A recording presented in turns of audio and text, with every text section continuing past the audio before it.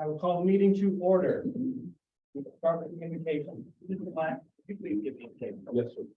Dear Heavenly Father, we thank you for this day, Lord. We ask that you guide us and direct us through the decisions that we make. We ask that you bless these men and all that their endeavors. We thank you, Lord, for the beautiful moisture you give us, our watershed, and we ask you to continue to bless us. We ask it in Jesus' precious name. Amen. Amen. Mrs. Ethlinger, would you lead us in the pledge? I pledge allegiance to the flag of the United States of America and to the republic for which it stands, one nation under God, indivisible, with liberty and justice for all. Thank you all very much, and we'll start with the introduction of guests.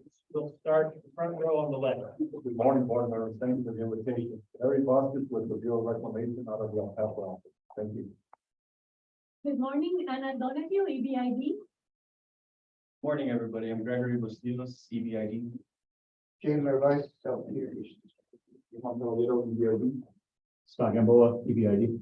Ryan Serrano, Office of the State Engineer. Gary Eslinger. Leo Barrett, EBID. Michael Riley, OSC. Anthony Poland and Jake. Aaron Byron, EBID. Steve Hernandez, Carlsbad Irrigation. Thank you very much. We welcome you all to our regular board meeting of the Irrigation District. First item on the agenda is the election of officers. So with the seating of our full board, we now need to decide how it is that we're going to handle the presidency. So it is up to the board. Do we want to establish that the vice president will serve out the term of the president when the presidency is vacant? Or once we have filled the vacancy of the board of directors, we wish to elect a new president. So we're going to have an election for at least one officer today. It'll either be the president or the vice president, depending on how the board wishes to handle it. I open it to the board for discussion. I'll just make a motion. I move that we vote Greg Davier as our president. Okay, so there's been a motion. Be sure I understand this. So, the motion was to elect Greg Davier as the president. Are you saying that you would like that when there's a vacancy in the president, you would like the vice president to fill out the remaining term of the president? If that's what that calls for, I'm fine with that.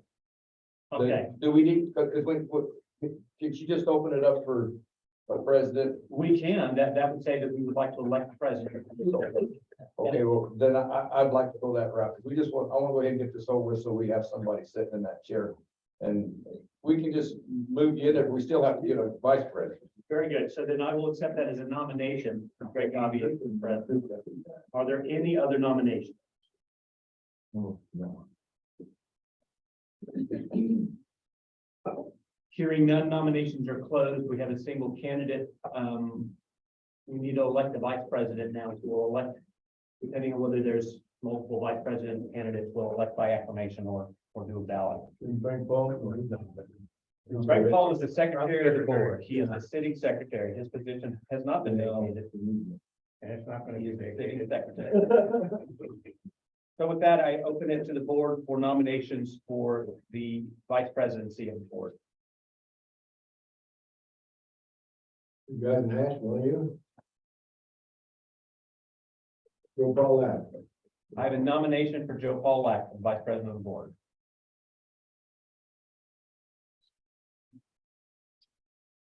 Second. Thank you very much. I have a second for that nomination. Are there any other nominations for vice president of the board?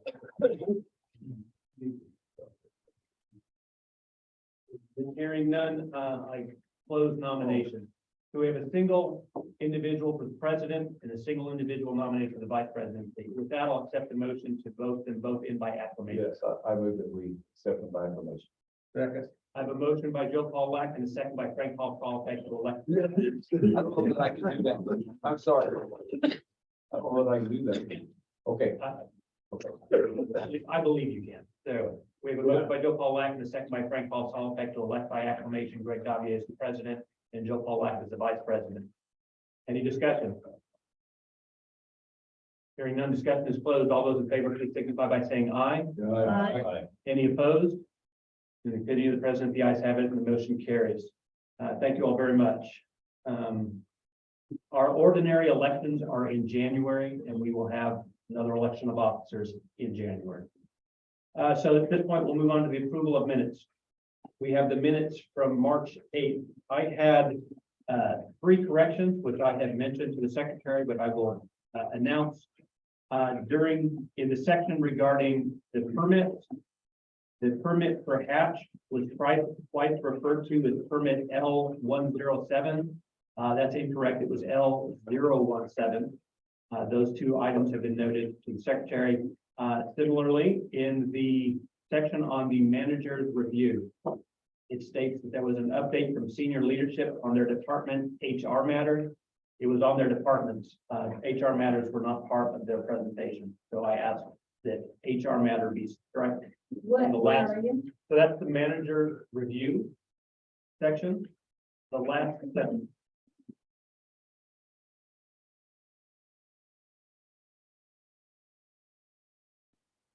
So it reads, a status update from senior leaderships on their department HR matters will also be presented before the closed session.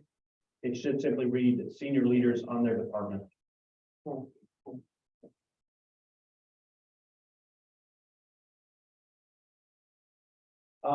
Are there any other additional clarifications on those 3 items that I noted?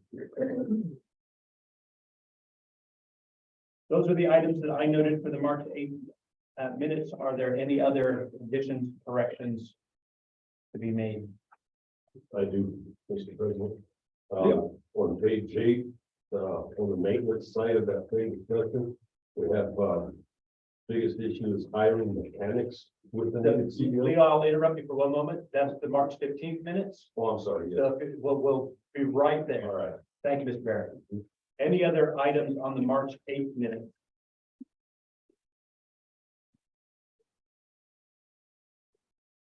Hearing none, the president will accept a motion to approve the March 8th, 2023 minutes. Second. I have a motion from Frank Paul Salbeck and a second by James Salbeck to approve the March 8th, 2023 minutes. Any discussion? Hearing none, discussion is closed. All those in favor, please signify by saying aye. Aye. Any opposed? Continue to chair, the ayes have it. We'll move on to March 15th. Mr. Barrett, you put an item to note Yes, for. sir. The, of the 7th paragraph down, we're talking about hiring mechanics with needed CBOs. It's not mechanics, it's equipment operators. Thank you. So on the first sentence of Mr. Barrett, the presentation from Leo Barrett, we're changing hiring mechanics to hiring equipment operators. Any other corrections to the March 15th, 2023 minutes? Hearing none, I'll accept the motion to approve them as corrected. Second. I have a motion by Frank Salbeck, a second by Dwayne Gillis to approve the March 15th minutes. Any discussion? Hearing none, discussion is closed. All those in favor, please signify by saying aye. Any opposed? Any the chair, the ayes have it, the motion carried. For the March 21st and March 29th, are there any corrections for either of those? Yes. Ms. Kessler. I have one on page 13 for the March 29th.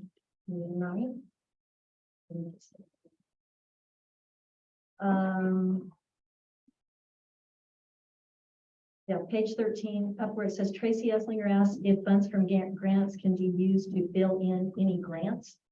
The intent there was if any grants can be used to fill in any areas of deficit. It's on the March 29th, page 13. Paragraph at the I top. remember reading that part. Okay, I'm finding it. Tracy asked if funds from grants can be used to fill in any grants. So I think that grant was a typo. So we were talking more of areas of deficit above. Yeah. So the last word in that sentence is grants, and we'll change it to deficits. Mhm. Thank you very much. Any other corrections? Given that there's a correction to the March 29th minutes, I'll accept the motion to accept the March 21st minutes as presented? So moved. I have a motion by Frank Paul, second by Tracy Esslinger to approve the March 21st minutes. Any discussion? Hearing none, discussion is closed. All those in favor, please signify by saying aye. Any opposed? Giving the chair the ayes have it, the motion carries. I will accept the motion to accept the March 29th minutes as corrected. So moved. I have a motion from Steve Lyles and a second from Frank Paul to accept the March 29th minutes as corrected. Any discussion? Hearing none, discussion is closed. All those in favor, please signify by saying aye. Aye. Any opposed? Giving the chair the ayes have it, and the motion carries. Thank you very much. I especially want to express my appreciation to staff. We've had 4 board meetings the last month. It's a lot of work to prepare all these minutes and have them for us in a timely manner. And I'm grateful that you got through them all. I know it was not easy. Thank you. Shocked we didn't have more changes, frankly, so. Naomi and I were hustling, and we do apologize that your board books were late getting to you, but there's no way. Calendar of events. Well, I run into the question of who's going to present the calendar of events. Well, so let me just say this, Mr. President, we didn't even upgrade it this month. There's nothing. Yeah, there's nothing going on other than what previously has been discussed. Next week is our big week. We're all out of town pretty much. Otherwise, there's nothing.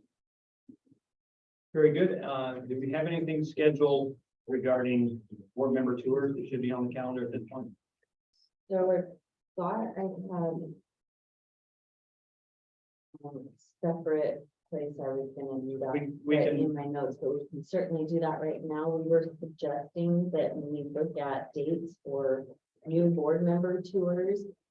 It's possible we might need to do 2 tours of the district if we have too many board members in one vehicle at a time. Not only logistically is it difficult because you can't hear us, or you know, if someone's in the very back and the driver is explaining the tour, you're not getting what you need out of the tour. So we want to keep the groups fairly small.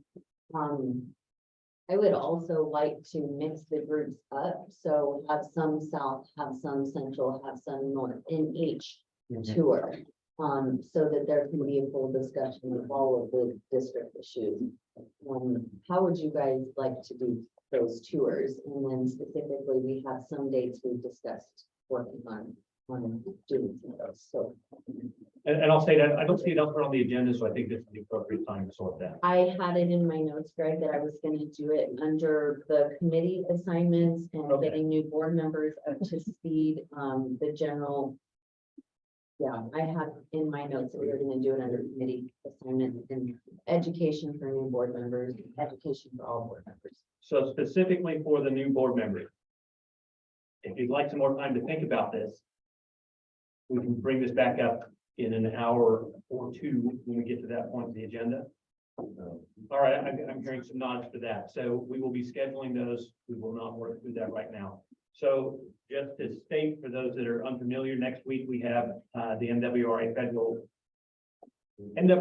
in Washington, D.C. We have a contingent that is attending that. We also have the Rio Grande Compact Commission at the end of the week. We have a group of individuals that is attending that within the district. Anything else that any of the board members would like to add regarding the calendar of events? Hearing none, we'll move on to water resources. Dr. King.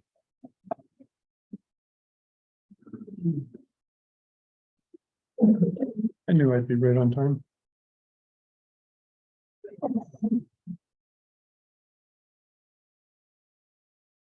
Morning, Dr. King.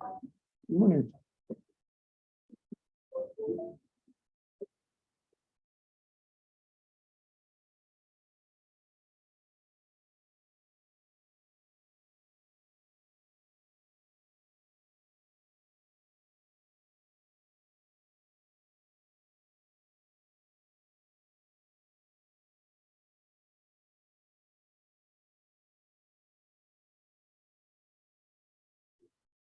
Okay, this is going to be a bit of an unusual year. One of the things when you have a lot of water coming down is you have a lot of flexibility, and we have to decide what to do with that flexibility. So here's what we have as of, let's see, Monday night. 341,000 in Elephant Butte, 55,000 in Caballo, for a total of 397. There's about just under 5,000 acre feet of San Juan Chama water, which is not releasable, which leaves our usable project storage at 392,000. Now, you will recall that when the usable storage goes over 400,000 acre feet, we're very close to it. We're gaining water at about 1,400 a day, so it's a very few days off. We come out of Article 7 of the Rio Grande Compact. And what Article 7 says is that when we're below 400,000 acre feet, Colorado and New Mexico cannot store water in post-compact reservoirs. So basically, they can't store water unless they have relinquished credit, but it gets complicated. I won't go into too much detail. We don't worry about that too much this year. And the reason we don't worry about that too much this year is because New Mexico's primary storage facility, which is Ovado Reservoir, is under repairs. And so they are maintaining it at very low levels so that they can work on the outlet gates. They're basically just running it flow through very, very low level. The other big storage reservoirs, Abiquiu and Cochiti, are not authorized for that storage. So they will be operating basically run of the river, but that really won't be a problem with them because there's going to be so much water coming down. Anyhow, we've got not releasable includes reserve pools in Elephant Butte Reservoir of 10,000 acre feet. Caballo of 12,000 acre feet. We've got 10,000 in there for evaporation. So what we really have for our seasonal supply at this point is 365,000. Now, for those of you who were here last time, there's a stipulation in the operating agreement where if our actual release from Caballo goes over 400,000 acre feet, it changes the way we adjust our drought adjustment factor. Basically, if it's below 400,000 acre feet, that says we're going deeper into drought and we adjust more aggressively. If it goes over 400,000 acre feet, then we're in a recovery mode and the adjustment for drought will be smaller. It is clear with what's coming down, the way the season is looking, we're going to go over 400,000. Last time I talked about how that would affect the allocation, and in the allocation I'll talk about here, I've already accounted for that, assuming we'll go over 400,000. Again, we're picking up about 1,400 a day, and we picked up about 50,000 since last month's meeting. I bet you that number is a lot bigger next month.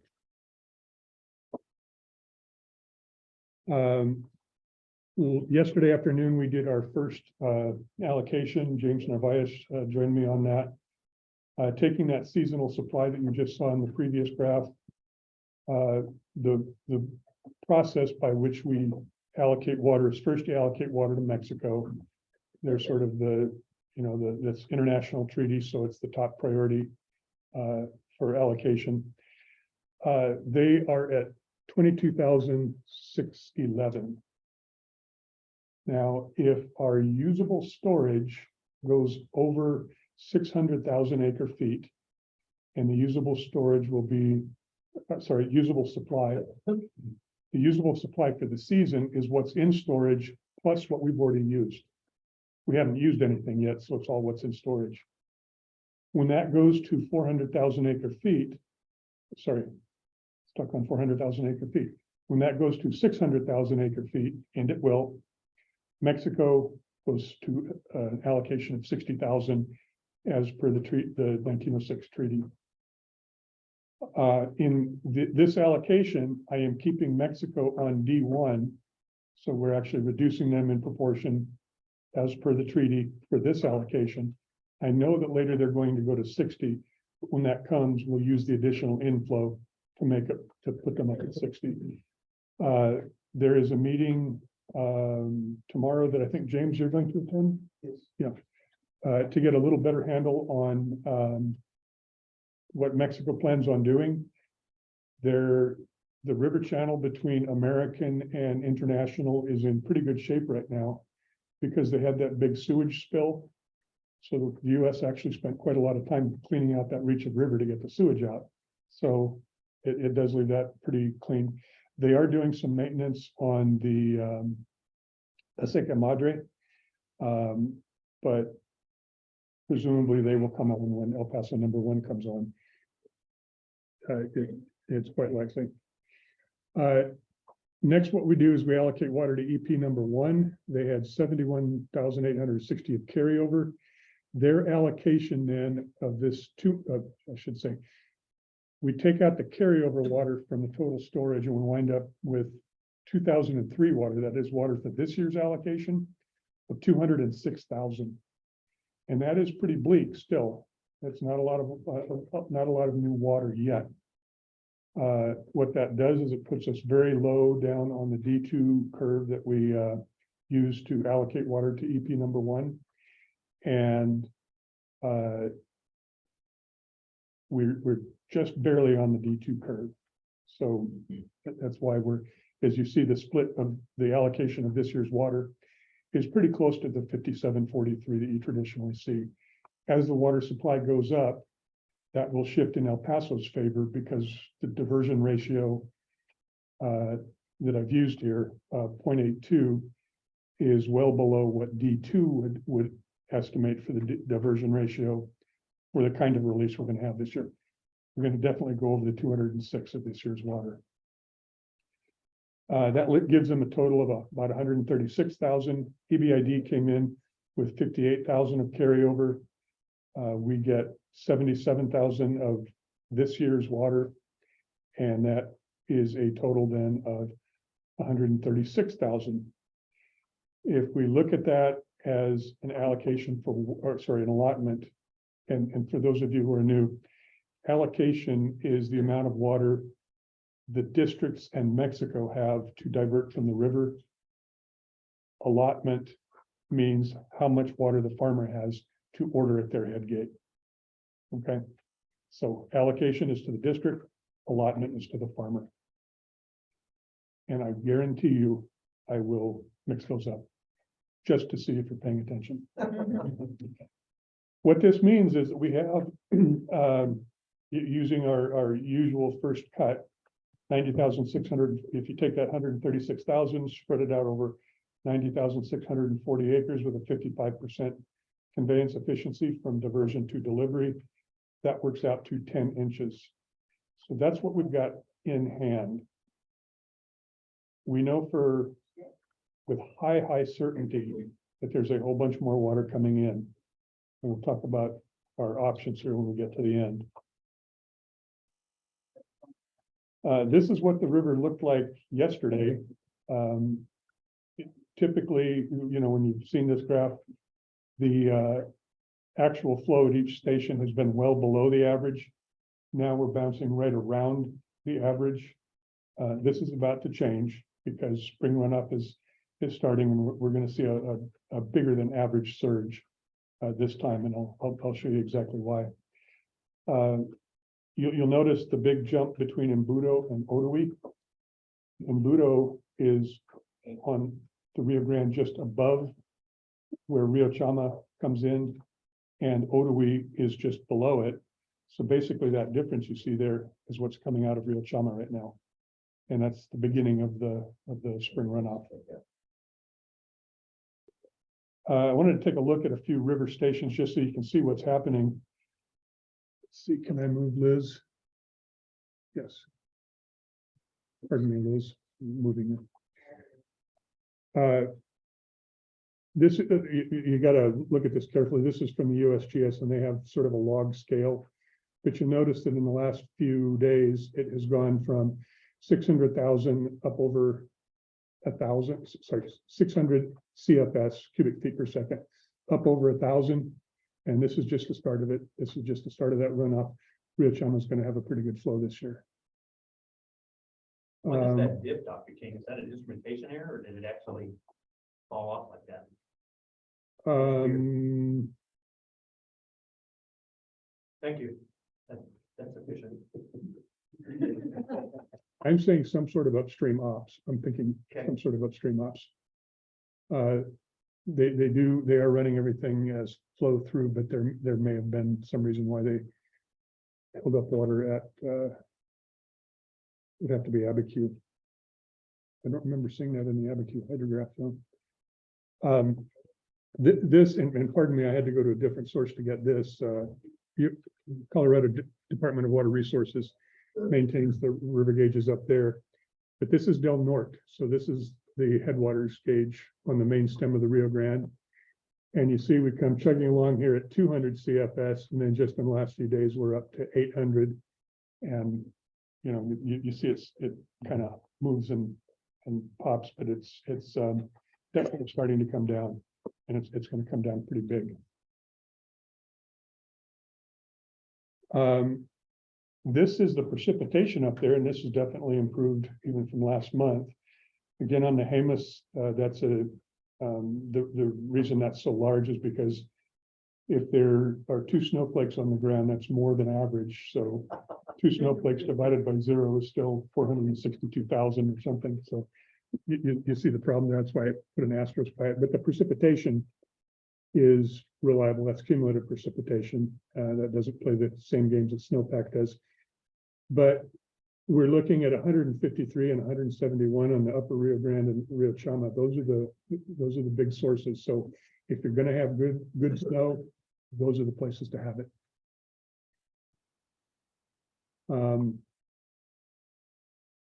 This is a little map showing the distribution of the snow, and it's really kind of remarkable. This is absolute depths, not relative, but you'll notice over here on the west side of the San Luis Valley, we're just loaded up. And over here on the east side in the Sangre de Cristos, not so much. You see a little bit down here in New Mexico, a little bit on Jemez, that's your 462% or whatever. But it's a nice graphic to see. And since those of you who are new, mostly what I come in here and do is tell you how terrible things are going to be. Not this time. What's your new name? Oh, just because you see water in the middle of a drought doesn't mean, so don't go renaming him just yet. We don't have it for just a short little bit. Give us our name. Come on. Yeah, and you know, one important point I would say is that we've basically been in drought since 2002, and 1 year doesn't get us out of it. We're still in a multi-decadal drought. Yeah. This is the snowpack in the Rio Grande headwaters, which is everything north of the state line. And what I've got here is the green line is the average. The darker green line is 2019. And the reason I put 2019 on here is because this year is kind of reminiscent of 2019, where we started out with pretty bad storage coming out of 2018. Got this big monster snowpack and we had to sit and wait for it. I will tell you that in 2019, we had an allotment of 14 inches. And even with the lousy snowpack year in 2020, or I should say a lousy runoff year in 2020, we had another 14-inch allotment because of the 2019 water that we carried over. And EP #1 spilled into our account that year. So we picked up 77,000 acre feet from them. We made it to a 14-inch allotment that year. So Dr. King, do you remember what our starting storage was in 2019? I don't recall. it was worse. Right. Do you remember how much worse? I remember in October of 2018, we were down at 58,000 in Elephant Butte and about 15 or 17 in Tobias. Because our ability to start early, I'm just trying to understand the difference between that and now. Our ability to start early this year, it's different compared to. It is, what then. absolutely. That's a very good point. We had significant discussions about not being able to get going early, even though we had snowpack. because there just wasn't enough water to get there. We're trying to understand the differences. for our Right, decisions. and you'll notice both districts are coming in with significant carryover. Then while our new water isn't very good, we do have that carryover. And so we're in much better situation than we were on this day in 2019. Thank you, Dr. King. Mr. President, as of March 1st, 2019, I have total storage being 198,000. There we go.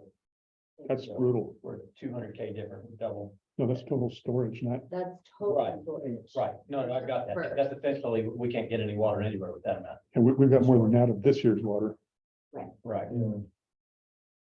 Thank you. Thank you. Thank you, Ms. Stallings. That's very helpful. Okay, so there's the average, there's 2019, and then this is the maximum for the period of record, which is 30 years. And it's not any one year, it's the highest that it ever was on each day of the season. So it's made up of multiple years. And then the black line is this year. Again, you see that little dip. There's a couple of things going on. Obviously, snow melt is beginning. I suspect we will lose some to sublimation, but even in the worst case scenario of sublimation is when the snowpack goes directly from frozen snowpack to water vapor without ever going through the liquid phase, and that means it vanishes. I suspect some of that, apparently the jet stream, I'll call it humidity, has dropped a bit recently, so we are likely to see some sublimation effects, but we've got enough snowpack that we'll live through it. So that's where we stand. You see that in headwaters overall, we're not doing quite as well as we did in 2019. But you go over to the west side of the valley, this is Wolf Creek. And you'll notice that up here, not only are we above 2019, we're above the period of record maximum at Wolf Creek. We've got a ways to go to peak. I don't expect, we had sort of a good thing going with the snow, the storms coming in, California would get a river and we'd sort of get a little bit creeping over. I don't expect a whole lot more snow, but still the fact that we've peaked that high is a very good sign. If we go over to the west to Ute Creek, this you see you got that really heavy west side and this really light east side. Again, that's 2019 at Ute Creek. Again, not close to the maximum. It was not a spectacular year on the east side of the valley then either. Now here's the spring runoff forecast for this year. And I haven't seen this sort of thing since 2019. This normally when previously this year when I would report the forecast to you, I would give you the March through July runoff. Since we're now in April, I dropped March off and just took the April through July runoff. And those are some pretty nice numbers. Let me explain the way this works. What this means is that we have a 90% chance of receiving at least 560,000 at Ottawee and 405,000 at San Marcial. So coming into Elephant Butte Reservoir.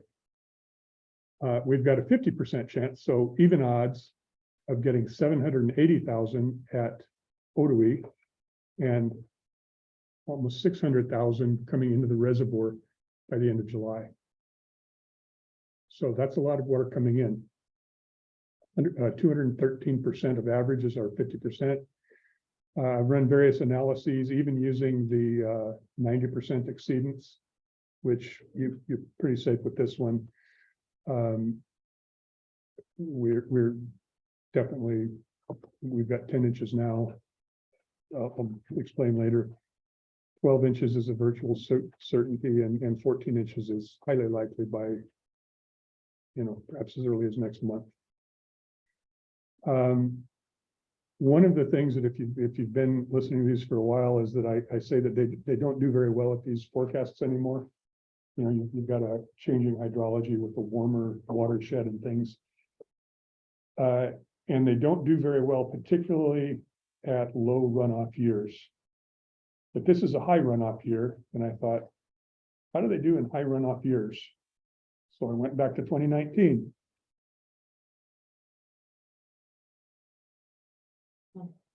What happened, what I did here is I took their forecast from this same forecast, April 1st, 2019, forecasting April through July. And their 50% was 940. Actual was 1,002, or sorry, 1,000,002 at Otoe. That, in terms of runoff forecasting, is, as we say, nothing but net. Right. San Marcial, 705, 721. It doesn't get any better than that. Basically what I think, and we have a small sample size to say this, but I think they're better at predicting big runoff years than they are small runoff years. And it kind of makes sense because Yeah. with the small runoff years, You got a lot more run against it. well, you're kind of stuck down there in the fixed hydrologic costs. Whereas here, it's all marginal, and so it's easier to predict how much of it's going to come down. And this year, did we do a second release or did we just allocate more in 19? I can't remember. We did not do a second release. Is that a possibility this year? No. Am I getting ahead of myself? What he's thinking of, didn't we have them on, and then we shut them down for a period and they got flood water? Was that 2019 that happened, James? Because I remember. We started Hatch like a few days early, I think, in 2019. Correct. Back in 2015, we started like 2 weeks early. Yeah, well, I understand that, but when we had that huge runoff real late, did we do a second allocation later or I can't remember. Or does that make sense to do? What would we have? An additional allotment. Yes. Did we do that? I don't I know we recall. talked about it. Let me find the minutes. I had it on the June agenda. So let me see what's on the June minutes. From that year, because we did have the. And while she's looking that up, almost certainly we did later than usual allotment, because there was no water. to There allot. wasn't water. I think we might have I done it. remember, yeah. That's why it was on the June agenda, because I think we didn't start until May. I don't think we did anything earlier in the year, Joe Paul. No. So it caught up with itself, but this time is a little unique in that we could start earlier because we got more water, right, than we had then, and what I'm asking this year, does it look like, because we're right now at 10 inches, and you're saying possibly 12, how does that work out at the end of the day when we get into July? I'm gonna ask Mr. Lack to hold that question. Okay. It's an important one. I just want to finish the presentation, and then we need to drive straight into that. I'll come right back to you. This is our outlook for 8 to 14 days, and it's interestingly near normal on both. Near normal is not necessarily a good thing for local precipitation here in Las Cruces, because April is the driest month of the year in Las Cruces, in the Mesilla and Rincon valleys. Near normal temperatures, but you see we're kind of sandwiched between a hot southeast and a cold northwest. I don't expect a whole lot more snow, but quite frankly, we can get by with what we got. Well, this will do. This is the drought monitor from the end of February. And you'll see that you do have here in New Mexico, you've got areas of moderate drought and abnormally dry. That basically goes away. However, I will tell you in the seasonal outlook that they're particularly in the lower part down here in the like Otoe down to Elephant Butte Reservoir, they're expecting drought development likely. That shouldn't affect us too much this year because we're not getting a lot of runoff out of there anyhow. ENSO is getting interesting. You recall that we were in La Nina for 2 years and change. This stubborn La Nina. Dr. K, will you explain this graph, because it is not intuitive. Oh, yeah. Well, first, let me explain that engineers love their graphs. What this is on the x-axis, you're looking across the Pacific, the equatorial Pacific. So it's going from where does it make landfall in Asia? All the way over to South America, to Colombia. So it's a line there looking 5 degrees north and 5 degrees south, looking at the sea surface temperature anomalies. So blue means that, for example, here, the ocean surface is 1 degree Celsius cooler than normal. Over here, you see it's 1 degree warmer than normal. And this is time going from May 2022 down to April 2023. And so what you're seeing is that equatorial Pacific, this blue you see here, that's basically La Nina. And it takes two things to form El Nino or La Nina. For El Nino, the various ranges have to be above 0.5 degree Celsius hotter than average for 3 months. La Nina is 0.5 degree cooler for 3 months. So basically, this was all La Nina. That has now broken up, and this is the intense heat you see here is actually south in the 5 degrees south of the equator over there on the South American coast. But it is going to be, it looks like it's warming up. The models are highly varied in what they're saying is going to happen. But I think if you get, I forget how many models, 24 of them.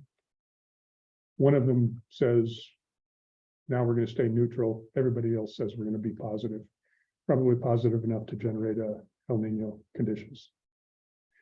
At this point, they're, again, because you need that persistence in order for it to qualify as El Nino, they're saying that through the spring and early summer we'll stay neutral. But it does appear to my untrained eye that we're headed into a warming cycle. El Nino tends to drive a lot of wet weather, particularly in California and into Arizona. It's not quite so strong in effect here, but just like with these atmospheric rivers, we do get their sort of spillover as it comes inland. So that's something to watch. And it's the first time we've really seen a break for almost 2 years. Now, in conclusion, we'll go over, go out of Article 7 in the next few days. Not a big issue because Colorado may store some, but New Mexico won't, and that'll help us get water down.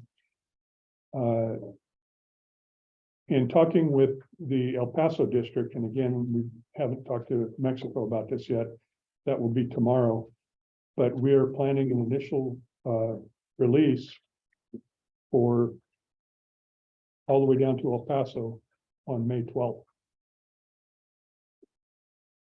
That is a Friday, I believe.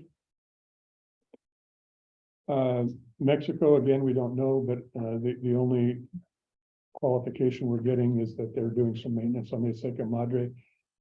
I don't know how extensive that is or anything. What we've got in the bank is 10 inches.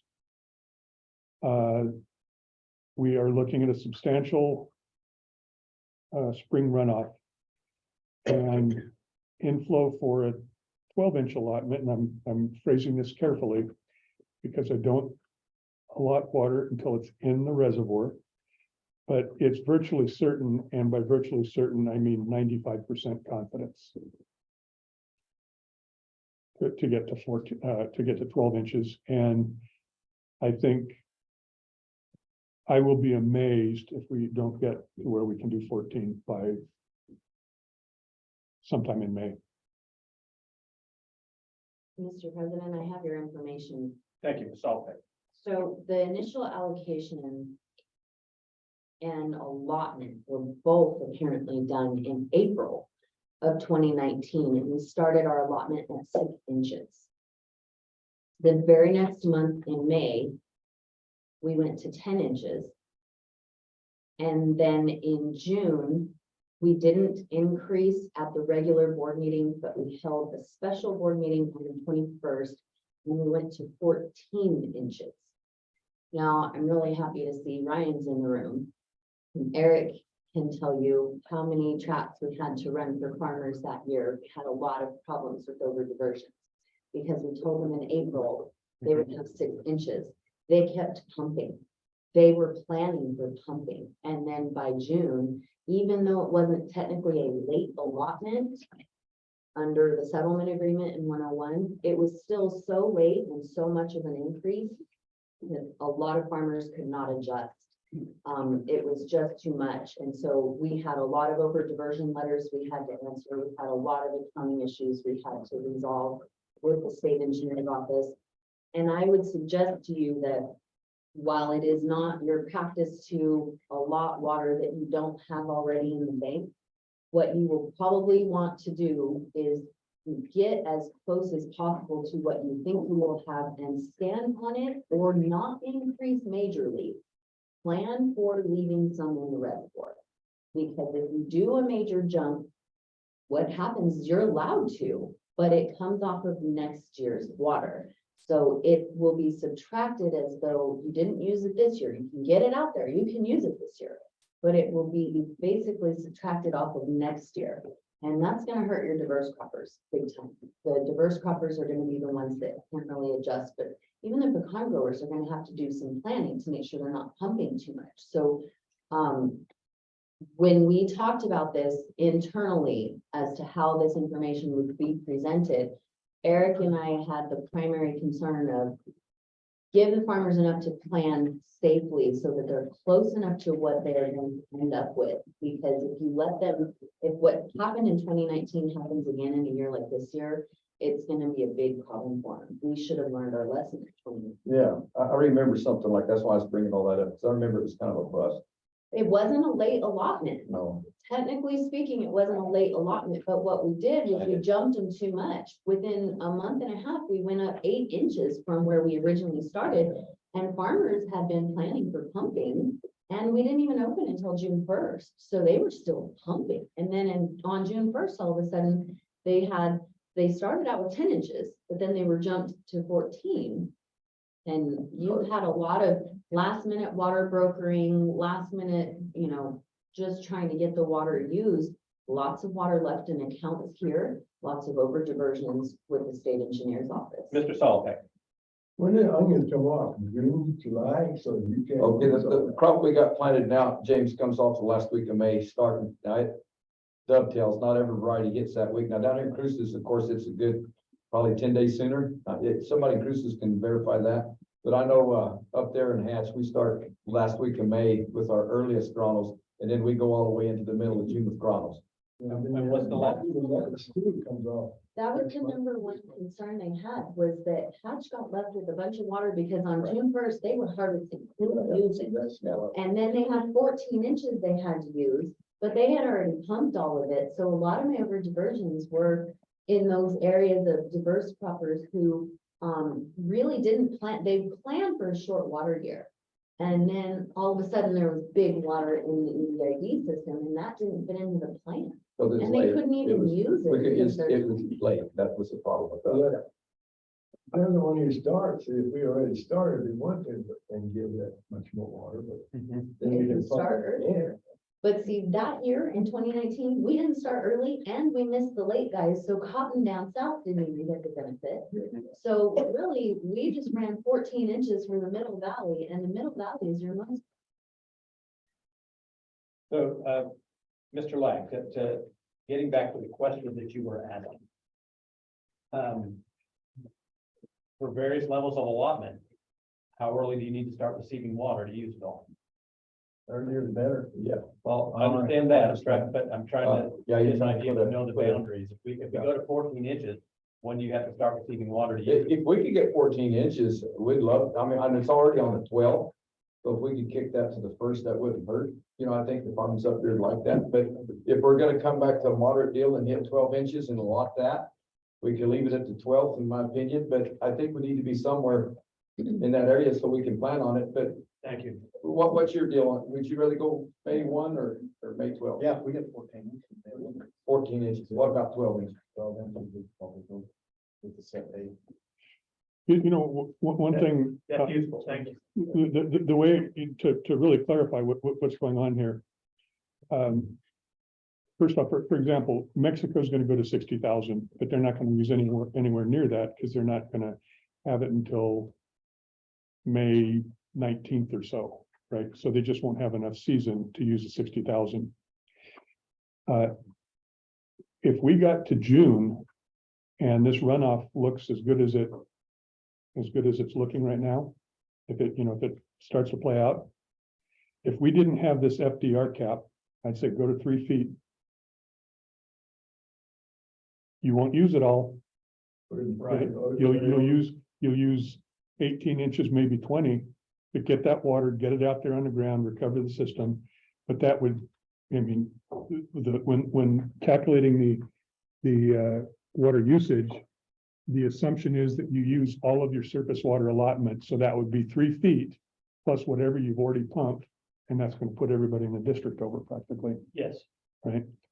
So we've got to balance this, getting the water out there. This will help recover the system. You know, Eric always says that you get up to a foot and you're roughly breaking even. Anything over there, you're starting to recover. If we can, we don't want to put anybody, and certainly don't want to make a nightmare for Ryan here trying to get everybody reconciled, but you keep in mind that in calculating your actual usage, the assumption is that you use all of your surface water. So we go to 14 inches, you get 4.5 acre feet, 4.5 feet minus 14 inches. That's how much you get to pump. But a lot of people don't put even 3 feet on their precaution orders, a lot of these people. I mean, they got 4.5, but they don't even use 4.5. Now, the other thing is, I mean, that's what I'm talking about. it's not my role, That's flat rate weekend. They'll use it. not my role to let me reel it back in also. That 3 acre feet, that was a pure hypothetical. Yeah. I am not. That wasn't a real number. They forgot to, But if- they if- forgot to go. Yeah, we were gonna start the water tomorrow. What would happen then is you would, we'd run into probably early October and you'd run out of season before you run out of water. Mr. Calhoun. Dr. King, you had talked about, I guess, meeting before, we have a target date of June 2nd. Mhm. And now you're saying that the target date of 14th That's right. May. Well, And when did you decide that? Nothing's been decided. That is Nothing has been decided. This is our discussion with EP1. tomorrow. Is that? No, we have discussed this with EP1. Mexico will enter the conversation tomorrow. Tomorrow. But this is one of the things we need direction on. So generally speaking, we don't come on before EP1 in Mexico. There are considerations for the Rincon Valley, Hatch Valley, to come on earlier because they don't have to run the water down the river to get there. It's essentially Caballo, zero loss to the array heading, and off they go. If EP1 comes on early, generally speaking, we come on immediately. We don't want to have time that we're not receiving water, but that we're paying for the charges that the river consumes. But there's some balance there. One of the big questions is Mexico. If Mexico is not ready to come on, that throws a wrench at all of this. Well, this is why the graphic. Okay, suppose EP1 decides to come on May 12th. Mexico's not ready, so we say, let's not release just yet. El Paso comes on and they actually get charged for filling the river at that point.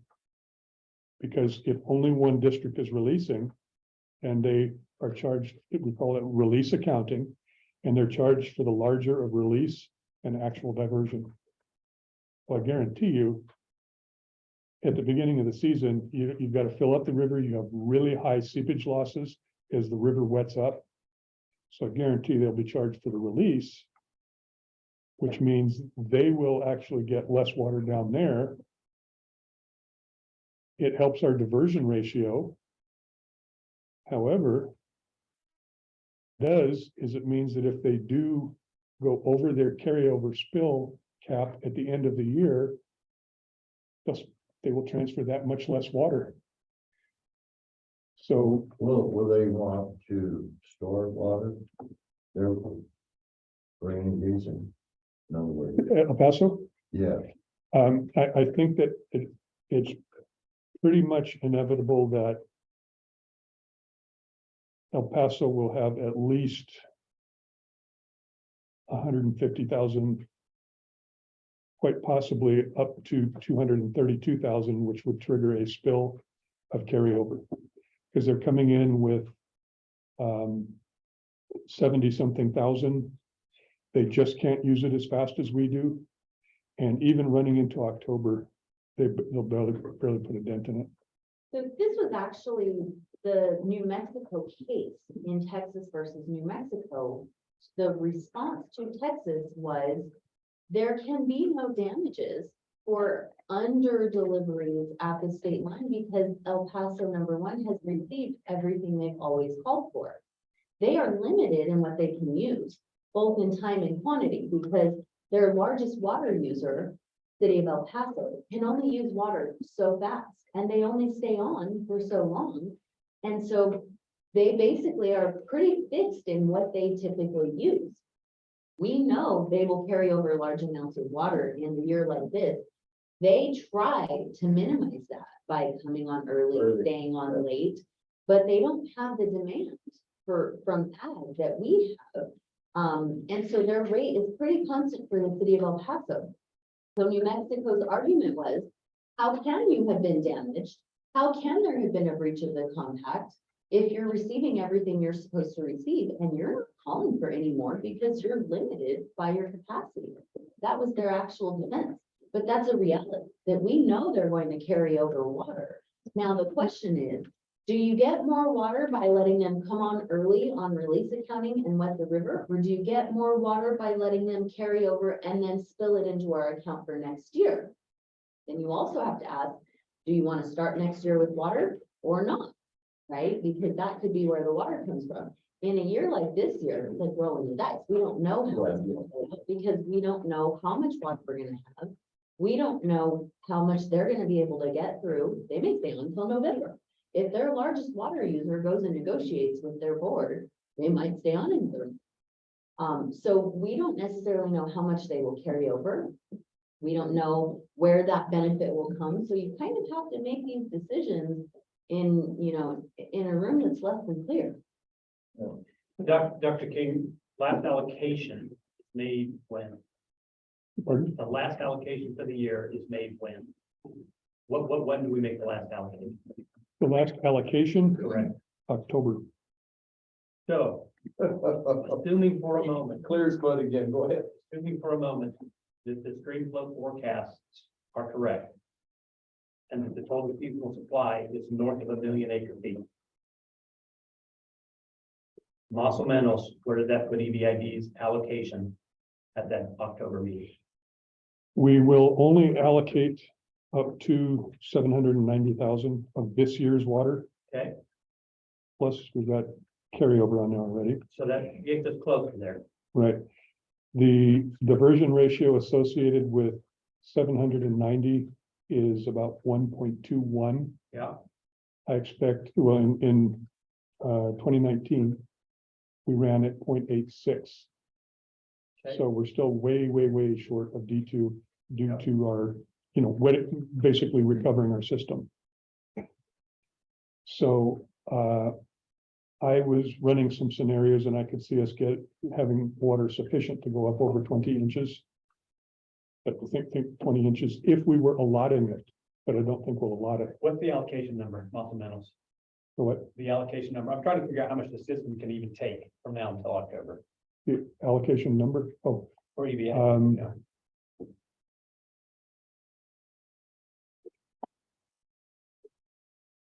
And for my fellow board members, what I'm trying to sort out as we move into this discussion, generally speaking, we try to run as rapidly as possible. Finish using our water, shut off for the season. Under the operating agreement, we move to release accounting, which transfers the losses in the river from our district to EP1. Into which district is paying for those losses. EP1 then has the option to continue running and paying for those losses or shutting down, that they get the option to choose. That scenario is about 275,000. Okay. 60K is what we're looking at, is that right, Mr. Narvaez? That's an absolute top cap. Yeah, you're just talking about July, June, July, after that. It goes down just with rain and threats and crops coming up. And so, I don't think we can get the water out no matter what we do. No, you can't. There's the long and the short of it. That's why we're saying pick a number Yeah. as close as possible and then plan on ending. Otherwise, we screw up a lot of farmer Right. accounting, not even just this level of. Yeah, yeah. Oftentimes, what we're trying to do is get the water allotted and get it out because it changes the accounting between the two districts. And we want to be sure that we're running as effectively as possible for our constituents to maximize the allocation that comes to our district. That consideration appears to be moot this year. And so the question just is, where can we allot and when do we set a release date that doesn't negatively impact either our farmers in the Hatch Valley or our farmers that are growing cotton down south? And then we run as fast as we can until we run out of allotment and the remaining allocation is carried over into the following year. Well, I did, take a poll of the South and I talked to the cotton silage growers, the cotton growers. And a lot of the pecans are people like myself, June and July are the hottest months, the highest demand, and feel like that's what I'd like to do. The cotton and silage people and other crops, they like to hit it in mid-June because I know all this has been discussed before, but that way they don't lose days on the water. So it's said and done.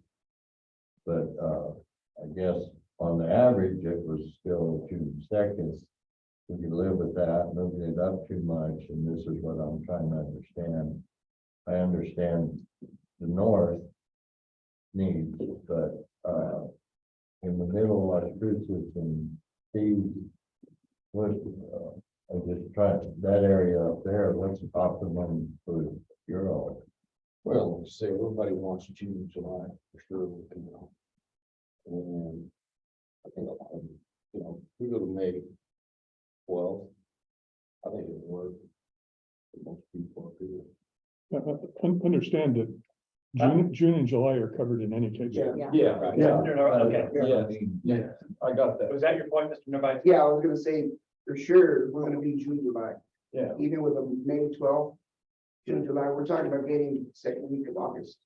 That's So- what we- So That's we actually could get some August Yes. water. Yes, yes. That's why the board started June 1st dates when we started getting into these situations, because the demand is really in June and then into July, and then monsoon season kind of hits and helps us drop off, but it covers those 3 hottest months. So that's always going to be the first place we cover.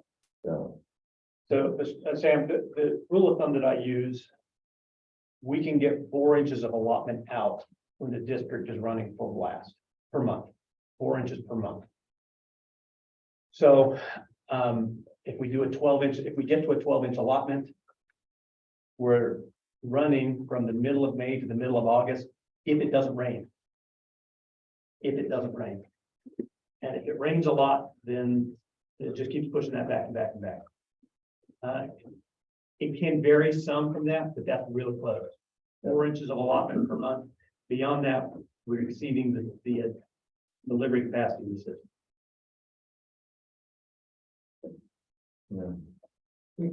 Oh, for the Hatch area, with these numbers looking like this, and Greg was up there at our meeting, and the people that showed up, and of course, I've talked to some others too. We would ideally like to start May 1 if we could, ideally. Now, if that's gonna be a bone of contention, everybody in the room, Dwayne has discussed this many times, you heard him just say that same thing. Well, it's gonna cause a lot of heartburn, but if ideally we could, and just to throw our hat in the ring for the rest of y'all to know, May 1 for us would help us tremendously to get that last two waters on that the onion size with good sweet canal water. And they size the last 3 weeks of their growing season, as most people know, that would help us immeasurably. Now, we're not gonna, if y'all decide May 12th is the board who comes together on that, but we have proven through the hydrology that we don't hurt anybody by not running that water over that dam and pulling it out at the diversion there at Perchie. And as far as we can tell, we've not hurt anybody anywhere from there south. Because our intention is not to hurt one farmer anywhere, any place, Sam and Tracy and South. We're not into that at all. Mr. Narvaez. From what I understand from the growers meeting, which was very helpful, was the May 1st date gives us EBID a better way or more efficient way to give you the water you need when you need it. If you wait till the 12th, then you're talking about more days when you guys are getting close to start to dovetail harvesting. And we won't be able to give you what you need right away because it'll be a lot of priming and all this stuff. So for me, and the way things look, in my head, when I heard that date, looking at here, that's the date I've been thinking about. And just to show you, just to give you support on that, for operational wise, it'll be easier for us to prime things up and get the water when you need it versus trying to come out all on the 12th. And have 3 or 4 everybody- days, and then all of a sudden we're trying to meet harvesting and it gets us in a better groove of delivery and loading canals up and planning that way. If we get you on earlier, better for SCADA, that, I mean, it's just a whole lot better to get you on a little bit sooner than the 12th. There were two primary issues for our group yesterday when we met to discuss this, and that was one, getting the farmers off of groundwater, or at least notice that they're gonna come off of that groundwater. And two, operationally, it helps James if Hatch comes on before everybody else. He gets that set, he gets that primed, then he moves down here. And so we had all thought that Hatch would say May 1st, and James and Eric and I all kind of went, Phil, yep, we don't necessarily care what EP1 does then, because that helps in our 3 realms. Now in Phil's realm, that's the wetting the river, but we don't think that that's as big of a problem if you stay north of Perchik, right? Mr. Barrett. May 1st. I would like to know how that impacts your department. The major construction that we had going on in the 1A and 1B system will be completed by the 1st of next week. So we'll have plenty of time on the main. We do have 2 late new turnout installations that Jerry Fransley has asked for on the Garfield. If we can make that happen, we can get that done. We'll be able to have everything complete and have the system ready. We're already been burning up there, prepping the system. So the trucks and everything have already been gone. We're ready to go. So we should be on target to make those things. Won't be a problem for the maintenance side. As far as our grant, Dr. King, for the hanger cable, then I would put that off until after water season, which is no problem. I had spoke with Patrick because he said not a problem as far as he's concerned. So we just put that off till after water season. We actually asked that question of all staff in the staff meeting this Monday morning, and the answers were Delise and James felt they would be ready with hiring. Leo was going to be ready in that area, would finish off a few things down here. Patrick Lopez thought it would be better for him to get his guys set and ready up there and then have time to move down here. So all staff were saying, even if, if we stagger, but even if you don't formally stagger, you just start Hatch and then everybody down here will figure it out. It would be better for James, for Patrick, primarily to just put Hatch online, even just a week or 2 ahead to give them some time to get set. But we looked internally at all departments, and Eric and I were going, ooh, the quicker you can notice the farmers that they're going to be off groundwater. Get the Hatch guys their onions water. There's a lot of different places where everybody was kind of going, well, it makes a lot of sense, even if EP1 doesn't come on as early as us, to come on early. Dr. King, any final input? I would just, do you new board members, do you understand the hydrology of what we're doing here, what we're talking about here is you would release 200 CFS from Caballo Reservoir. You take the entire river out at Percha Dam into the Array Canal, so we're not wetting the river up below Percha Dam. It's just all going into the hatch system. And we've done it before, and we did some modeling to calculate the volume of water we had to fill up between Caballo and Percha. And, you know, we barely spilled a drop. And the river in that reach, I just drove over it. It's wet right now, so we basically have no losses. We'll be charged for the release from Caballo or what James is metering in the canal. And based on experience, they'll be the same number. Mr. President, new board members, a major consideration there is the hydrogeology of that system up there. And that's a ring pond is narrow, constrained, and shallow. Very unlike in the sea.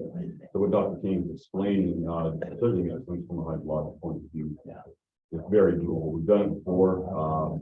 This year really lends itself to such an opportunity as Ms. Halipet pointed out in conversation yesterday.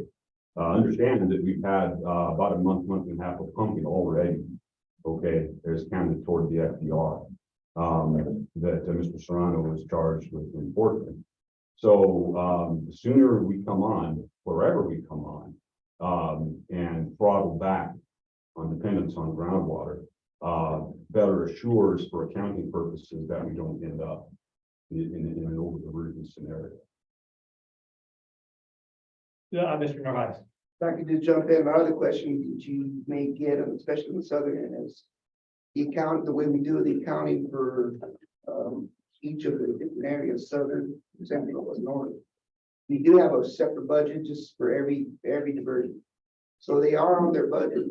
If they do run out of water, which Mr. Joe Paul let me get a nice earful last year where we couldn't give them toward the end because of the late allocation, we do stop the delivery. When their budget is done, you know, we stop. It's the same for all the districts. But what happens is towards the end, if you get a big rain, they may throttle down from their average delivery, which is 200 CFS. They may go down to either shut down to 0 or it may go down to 100, which that just means we're extending the season. But rest assured that their budget is for the 18,000 acres, water right acres that they have, however much that takes to deliver. That's what we deliver. We don't go more than that. We certainly try not to go under that, but definitely don't go more than what their budget is. So that's some of the questions you may get, and it's been one of the contentions. Why are they still running? Well, they haven't used up their allocation. Yes, sir. The metering, or is it totally done by you all or all EP1 as well?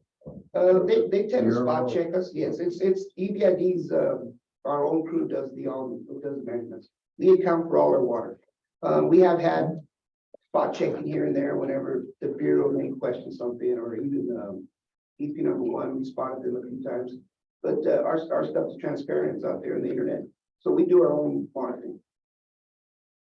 Thank you, Mr. Narvaez. That's excellent clarification. Mr. Saltek. You know, I remember you and Gary was here, they wanted it, and I had felt it's okay, but not if these people just have a big problem with those guys. I don't know what they're worried about, you know, because your water stays up there. You come right out of Caballo and you're there. I mean, it's not like you're, you know.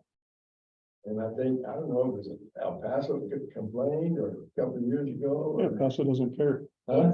It's so what you're referring to is exactly what James was just talking about. There's this common misconception that when hatch comes on early, but then they stay on and everybody else comes on, they're gonna get more water because they've been on 2 weeks longer.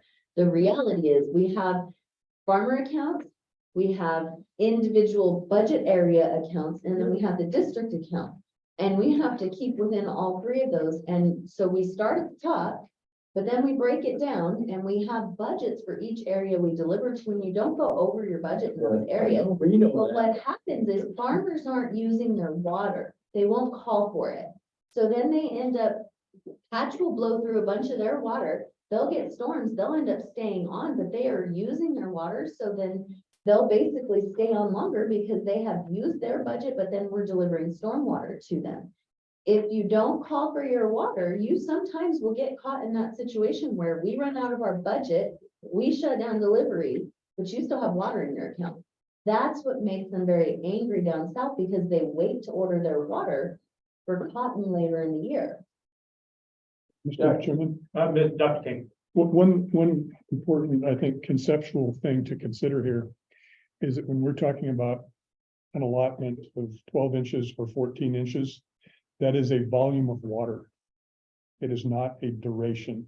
Okay, it's a volume of water. And when our volume's up, we're done and they shut us off. And when we say use it fast, that means you're first in line to use it. You won't be last in line where you might get shut off and have water in your individual account, but the volume isn't longer there. That's why I like to start early. Right, So we'll. right. Mrs. Sethleman. So where are these budgets for the different districts? Where do we have access? Are you giving a presentation on that today? No, but I can prepare one for next board meeting, trying to show you what the water right acres are at each unit. What the demands are, I can prepare one for you. And that is generally presented every month during water season, so we know where all of the sections are. And it's done by diversion point from the river. So two things I would wrap up with here. First of all, we are going to wind up with some carryover. El Paso is going to wind up with some carryover, and we will wet up the system pretty good this year. You know, the performance of the system in a given year is highly dependent on what happened the year before and the year before that. And going into this year, you know, 2020, 2021, 2022, so particularly 21 and 22 were pretty bad years, you know, small allocations.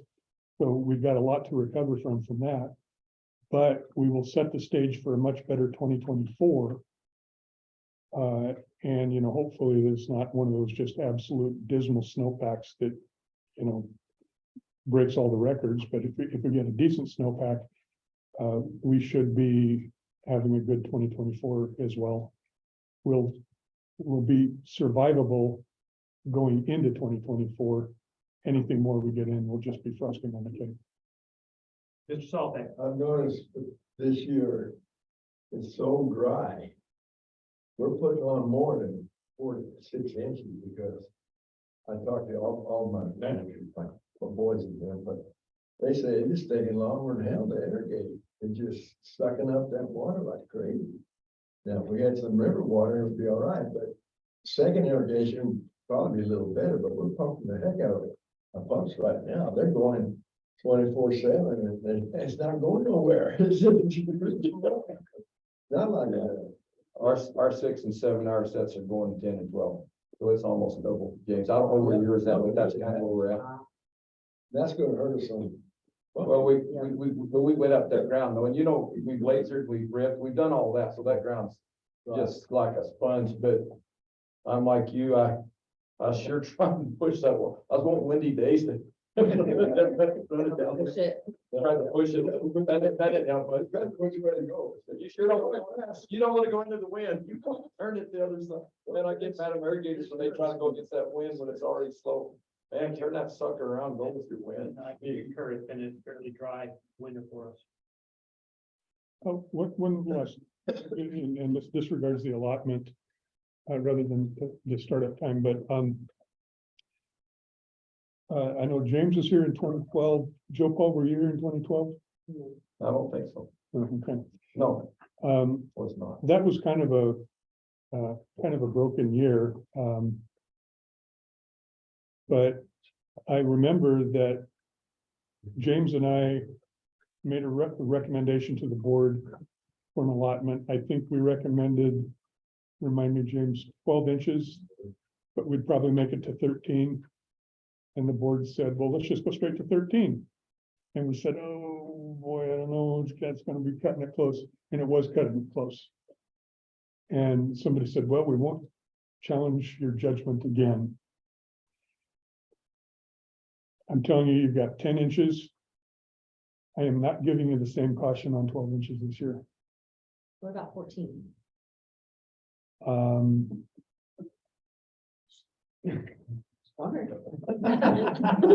You're welcome. If we started at the 12 and then next meeting we got go to 14. I would be more comfortable with that.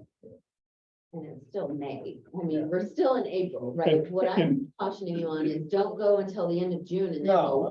go. I think by Right. July, my caution right now is gonna look ridiculous, but It's a long way. Yep. From there to here. This, Mr. Narvaez, do you have a presentation before we start the discussion on? No, it'll just be rehashing what we've kind of done already. Very good. All that I will show you is dead dates where we will end, but it's, it's gonna change, but it's not gonna be. No. Thank you very much. Before I pull it back to the board, is there any public comment that we have not heard? Mr. Serrano? Thank you, Mr. President. I just wanted to say, I really appreciate the discussion and consideration of Joel and making. We're talking the same language, right? And that's encouraging, so I would support, an early allotment for the hatch guys, that's two irrigations on the runnings, that benefit is immeasurable, right? So 14 with an early release, May 1st. Sounds good to me. Thank you very much, and I appreciate the, cooperation with the state engineer's office. Thank you very much, Mr. Serrano. Any other public comment? With that, I'll pull it back to the board. I just open it for discussion. What's it, 1st of May? So the 1st of May perhaps has been a date that's been discussed, yes. What about us? So presumably when El Paso comes on, Well, that's true. and that is uncertain, or more specifically, presumably when Mexico comes on. I'm not entirely sure how that all works out, Dr. King. if we're on a hatch, Okay, so presumably when El Paso comes on. And we're going to 14. Well, So That's your decision. I know. I would like the recommendation of the 12 and then. Yeah, okay, that's okay, okay, I understand. I don't want to be the one that sits there and says, let's go to 14 and halfway through the year, everybody's going, where's the rest of it? yeah, and it's gonna come to the point where what keeps us from going to 16 or 18 is not water, it's the FDR cap. yeah, that's right, that's right. I heard agreement with that from Mr. Wiles as well. And James and Patrick and I, we just started having a discussion where we're gonna try to start looking at some of the wells that we have metered on telemetry.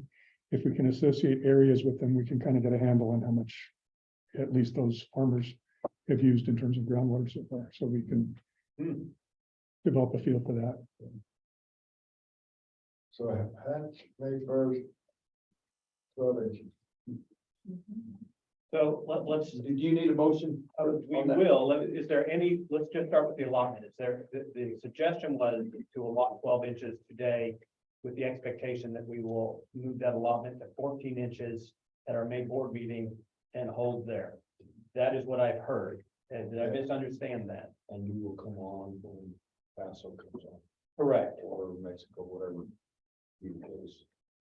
And there, the talk from El Paso is they're thinking in May. May 12th. May 12th. They're gonna come on May 12th for diversion. What do they take, James, about 5 days, so May 17th, 18th? And I will, And what we probably do is punch it down. Punch the big ball of water down before we come on in the Mesilla here. So that we get the river wetted up fast and then we'll start taking off. So that we'd probably be coming on about the same time as El Paso. For actual So diversion, is it like a 5-day? Yeah. push? maybe a little less for us, because it just has to be past us. We get a big slug of water through clear out of the Yeah, street and then we start getting ours. One thing. Oh, really? Put the water and push it down, it goes over the levees, and they'll finally clean the river out, and the water down. thank you, Mr. Calhoun. And back to Mr. Calhoun's question. Yeah, I mean, James, the river's only this deep. You need a channel down there, I'm with you, man. Back to Mr. Calhoun's question. My guess from the expected start date 14 inches of allotment is that the season's going to run until sometime in September, probably mid-September. It becomes very monsoon dependent. If it barely rains at all, it could be the last week in August. If it rains like crazy, I mean, we could run to October 1st. So the tail will wag depending on the monsoons. Would you concur with that, Mr. Nevice? Yes, that's correct. So that's kind of what we're looking at to get that water, allow people to actually take delivery of their allotment. It just takes that much time to do it. Now, so I would suggest that we not even, at this point, we not consider moving above 14 inches.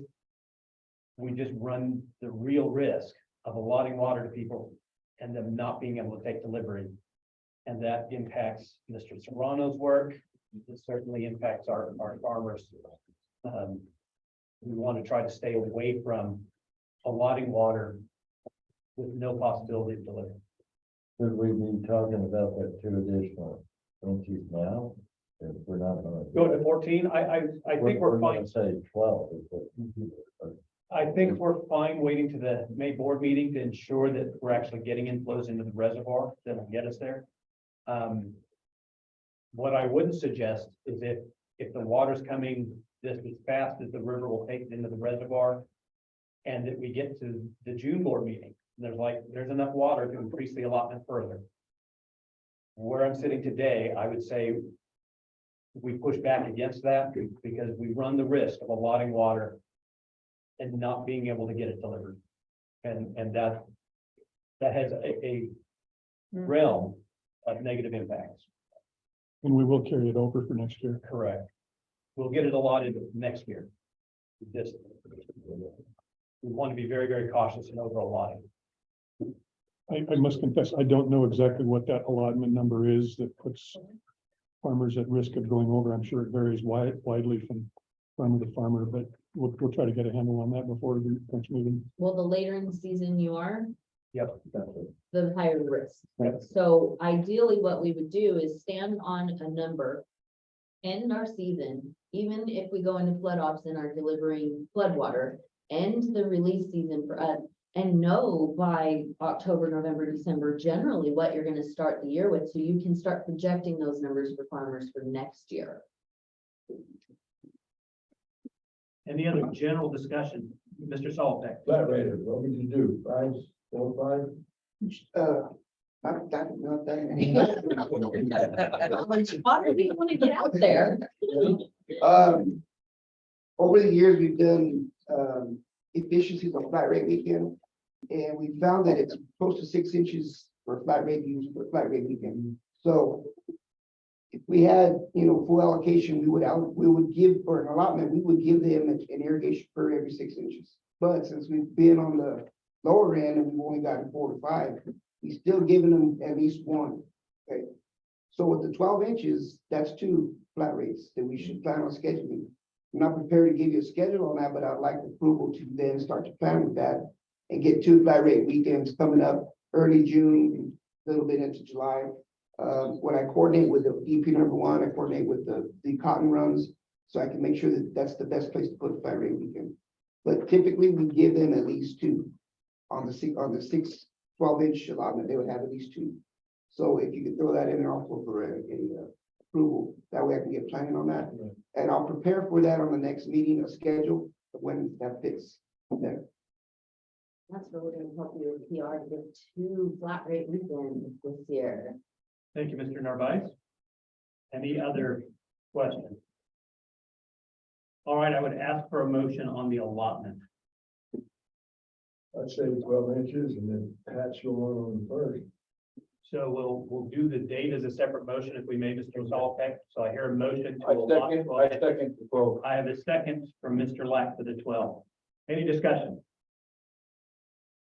I will note that I would like to also put forth that it is the intention of this board to target 14 inches. There is no further discussion. Discussion is closed. All those in favor, please signify by saying aye. Aye. Any opposed? In the chair, the ayes have it. We have allotted 12 inches of water, and we are announcing a target the 14th. That comes to, release date. The only one we control independently is Hatch. The other one is dependent on EP1 in Mexico, and the meeting with Mexico is tomorrow. So, what is the will of the board with release date? I'd say let's do Hatch and what everybody can bring. I mean, that's all. I mean, just do it, get it over with. I think, make May 1 on the release of Hatch. I hear a motion for May 1st to release the Hatch. And a second. Who was the second? Any discussion? Hearing none, discussion is closed. All those in favor, please signify by saying aye. Aye. Any opposed? Repeating the chair, the ayes have it, the motion carries. We don't quite have enough information to solidly set the release date for the remainder of the district. However, our next regular board meeting is May 10th, and that is too late to tell folks we're turning on. Thoughts on how to address that? Mr. Chairman, Dr. King. the way I might cast it is to set the date for the release from Caballo. With Hatch, it's instantaneous, it's the same day.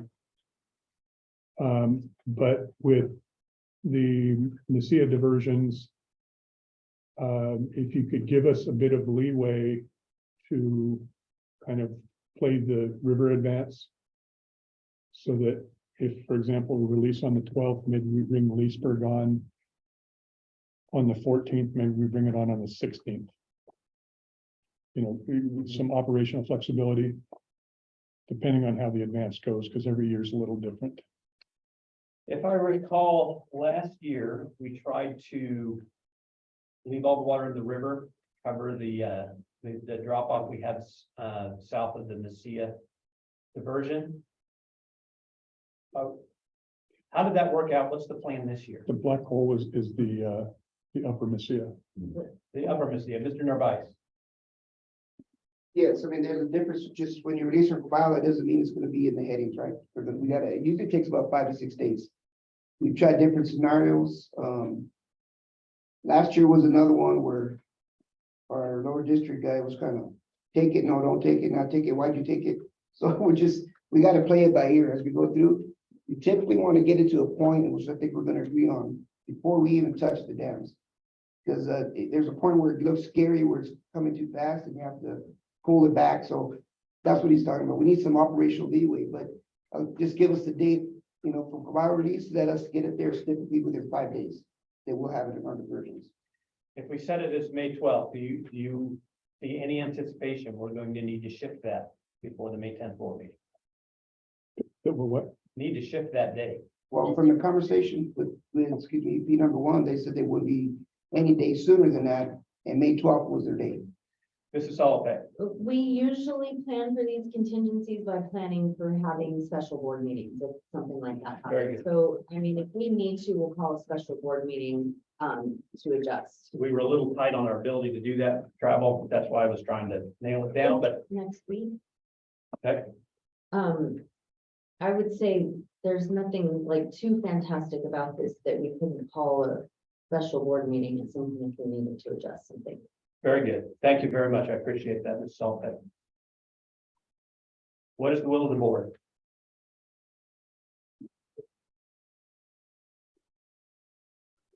Still have no idea when Mexico's back on. My guess is they'll come on with the EP1. And the reason I think they will do that is because they want to get on as early as possible, because they know they're not going to get it all used. They want to use as much as possible.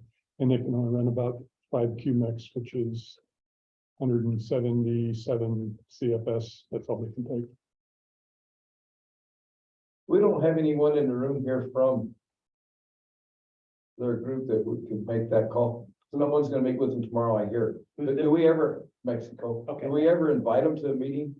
Well, so we are meeting with IBWC tomorrow, and James meets and listens into multiple different types of meetings along with Dr. King.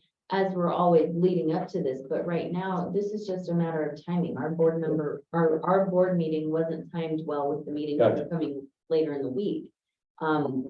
We know a few things to be pretty certain.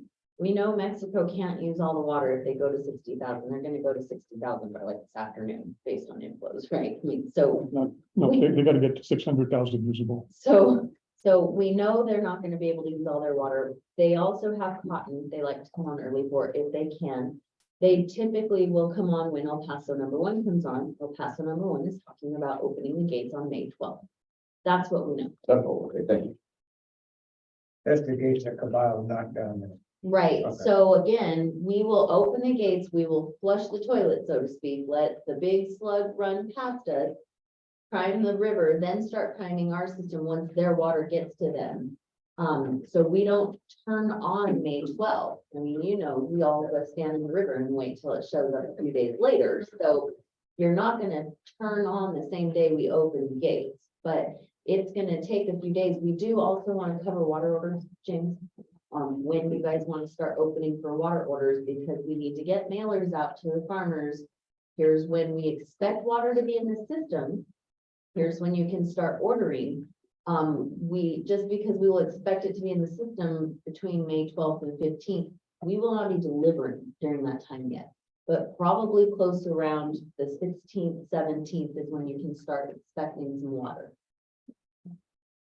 El Paso number 1, by the way, is meeting right now. I don't know exactly what their outcome will be, but I'll check on it before the end of the meeting.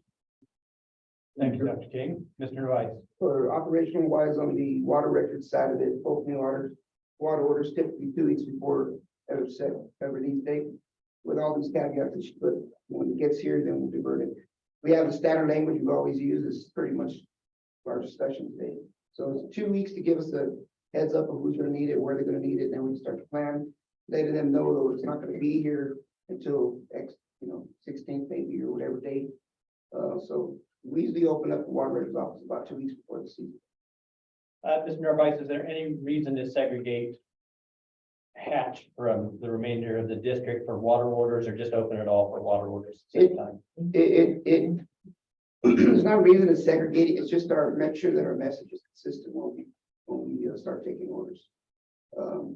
You get an order from south and like, well, we're not taking your order yet. It'll just make more of a mess than just to say we can take your order, but we're not releasing until X amount of date, so that we can get that information up. So I'd rather just, if we're gonna open water records for business and let us sort it out. And the more farmers we get calling in, the better, right? Even if they call in a little too early and staff gets the opportunity to talk to them and say, hey, you know, we're not open in the Middle Valley and the Central yet, but let's talk about what that's gonna look like for you. And we'll get staff where they need to be to have those conversations. The more communication, the better. So looking at the calendar, opening them 2 weeks ahead, it's April 17th for orders. Yeah, that still gives us time, even if we don't get a letter out there. We can just open it up and, yeah, It'll be for everybody. Anyone can call them. Pat's gonna know this afternoon. Yeah. Some people already know. I know. They're texting. Pat's already ordering their water. They're saying amen, by the way. Get up there and beat the bushes. that's gonna be the biggest. The mailers take forever, snail mail and all that. It's gonna be word of mouth, that we use the emails and talk to other people. That's the best way to get it out there. Once that gets going, then we'll kind of see the uptake in orders. But by the time we do set up this announcement, which gets longer and longer, with all this information. We have lost track of where we're at. Do we have a motion on the floor for the May 1st, or did we approve that already? I've already done that. Thank you. Yeah, May 1st is done, 12 inches is done. We need flat rate weekend and we're kind of beating around the bush about the CF start. So I'll accept the motion regarding the release date from Caballo for the rest of the district. May 12th is the expected date that EP1 will come on. I'll make that motion. I have a motion from Frank Paul Solveig and a second from Joe Paul Lack to set the release date from Caballo for the district at May 12th. Any discussion? With the wording that the release date, but 5 days or whatever they need, Be ready. So the proper information put out that from release date to diversions, that there is a delay of Yes, sir. 5 to 6 days. But just all that, Leo, will we have our pumps ready by? Your pipe will be in, the rest will be up to your electrician. Yeah, sounds good, thank you. any other discussion? Get the music. The important matters. Yes. So this is the May 17th date. This is the, Announced. this is the May 12th date for release from Tobias. And we'll play it from there. About 5 days. What they're saying. It's that one here. Well, yeah, I just wanted clarification on what the wording would be, because it's released on the 12th, but available on the 16th, 17th. We're back into that. On or about, Honor about. Sort of kind. Release hard and fast. We Make don't like sort of kind of, but we use on or about. And then that's where James's crew has to really be out there visible on the ground, talking to farmers and saying, okay, go now. Mhm. But that's why we start with the mailers to say, get your orders in, because as soon as you have an order in, when we're ready, we're opening. The only advantage to being on the tail end of the ditch is I can see it coming. If you're on the head end, you just got to be ready when they open the gate.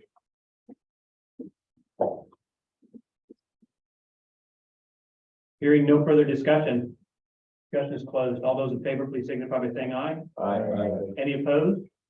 Being the chair, the ayes have it, the motion carries. Our release date is currently set for May 12th. The next question is flat rate weekends. We've heard presented from Mr. Narvaez that at the 12-inch allotment, it would be appropriate to schedule 2 flat rate weekends. What is the will of the board? And let's figure it out. He said it'd come back. He was asking for us to set a number, and then he would come back with the dates. Yeah, we'll set two.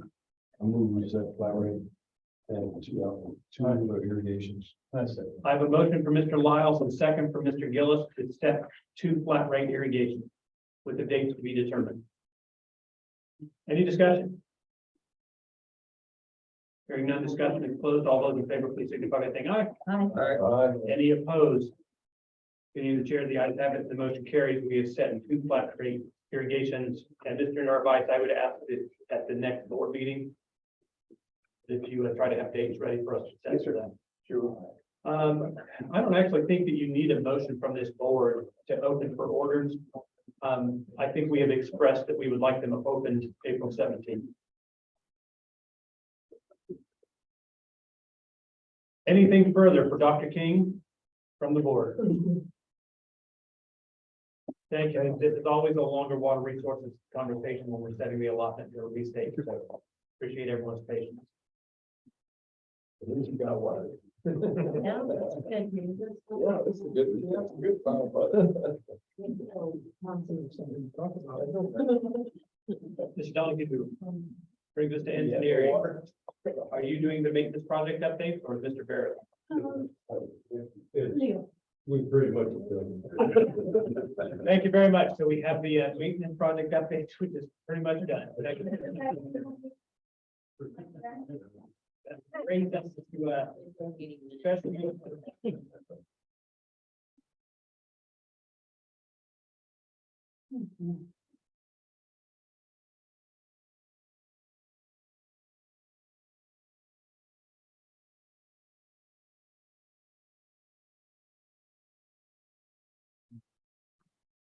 Good morning, everyone.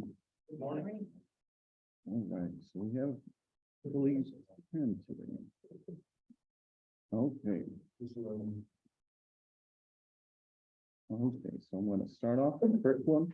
Mr. Jesus Chidas, this one was tabled last month, with review for some more engineering to look into this. He wanted to construct, operate, and maintain a buried irrigation pipeline paralleling the hatch drain.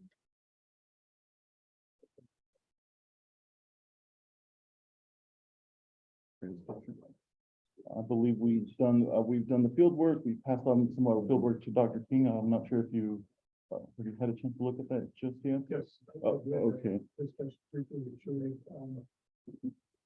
hydraulic is in question that works.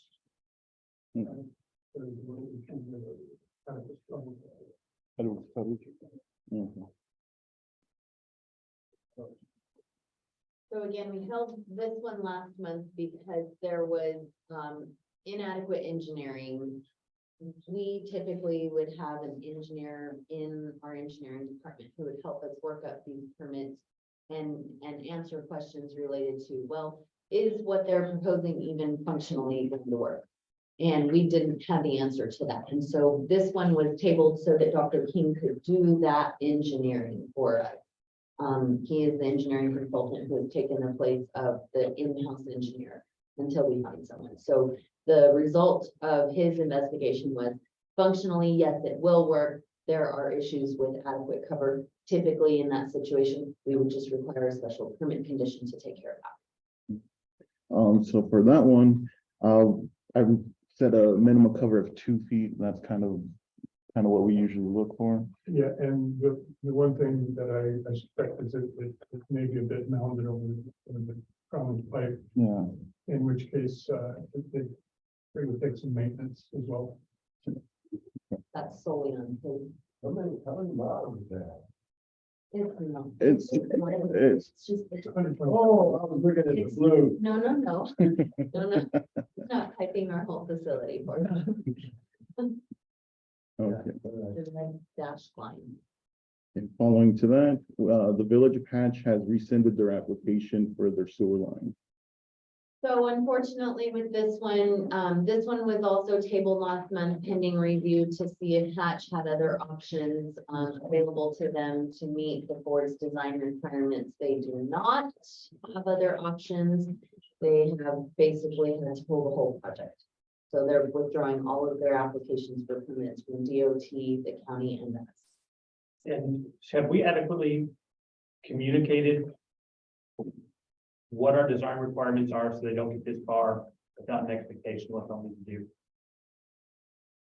The issue here was that when you design a project for grants, you don't necessarily have to design them full bore to meet requirements. They assume you will go through that process later. So the way they proposed the project didn't match what EBID was going to eventually require. And so that's not necessarily something we could have communicated to them in advance. So that it's something their engineers just missed the mark on, frankly. Very good. So the grant didn't pan out the way, and frankly, in this instance, it's pretty sad that it didn't pan out because that grant would have improved our chances of preventing a sewage spill into our system. So the fact that we held it up, even though it didn't meet our design standards, even if they didn't meet the design standards, it was still going to be an improvement over what is there. Those are the ones we really hate to lose, but. I don't disagree, which is why, if their engineers had perhaps understood what our requirements were going to be, better propose their grant. Because it wasn't anything special. We were requesting. No. This doesn't meet it. Basically, yes. Thank you. Okay. So for this month, we have Mr. Brad Kohler. Mr. Brad Kohler wishes to utilize the right bank of the Shalem Drain to maintain beehives. He's had beehives there for many years. He applies on a yearly basis for a temporary permit. This time around, he wishes to go for a long-term permit. So we can see here, it's within this area here in the Shalem Drain. Hard to see there, but his boxes are even within the areas that have been this area that's a couple of years old. He's been applying. We've been granting him the use of these. So now he's wishing to do a long-term permit for these. Here we have Joseph Merced Ledesma, the third of the fourth, and Jennifer Marie Ochoa and Mary Lara Ortega for culvert crossing on the West Side Main Canal. This is going to be off of Rattlesnake Road, this crossing over here off of B010 in the West Side Main Canal. It is for their property on this side of the drain. We have Solid Pick 6U Farms. They want to construct 2 harvest gates, one on the right bank of the Del Rio drain and the other bank of the Del Rio lateral.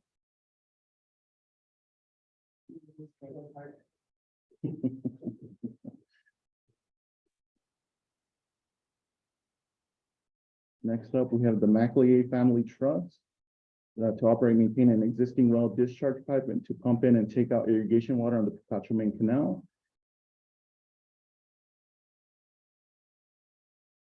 Over here by Sparrow Road and Shale Colony. Following, we have Four Neighbors LLC to construct, operate, and maintain a flume crossing the Craft lateral. This is off of Valley over here near the Leesburg extension.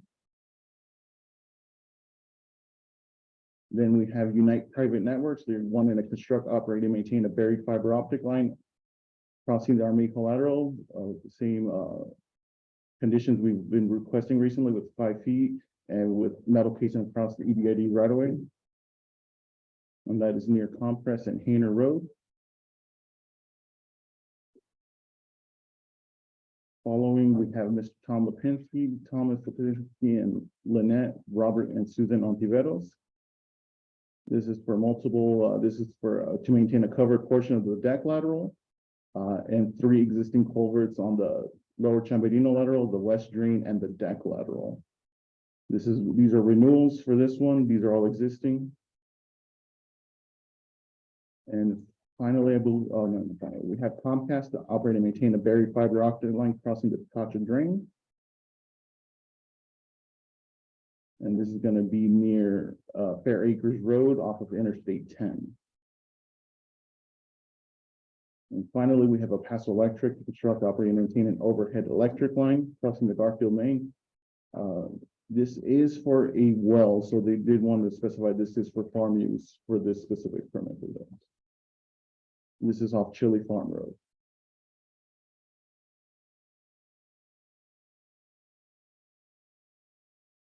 And we're open for any questions. Are there any questions of staff?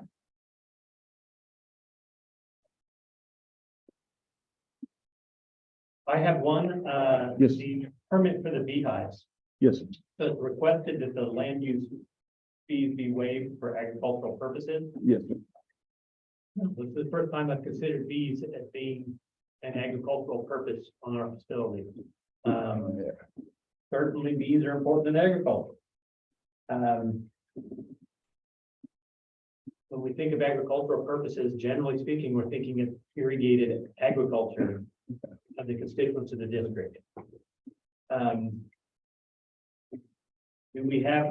you aware of any precedents we have for agricultural purposes that are not directly benefiting a constituent of the district? At the moment, no, sir. This was kind of a, theme testing the water, I believe, to see if this was a possibility. I have expressed on numerous occasions,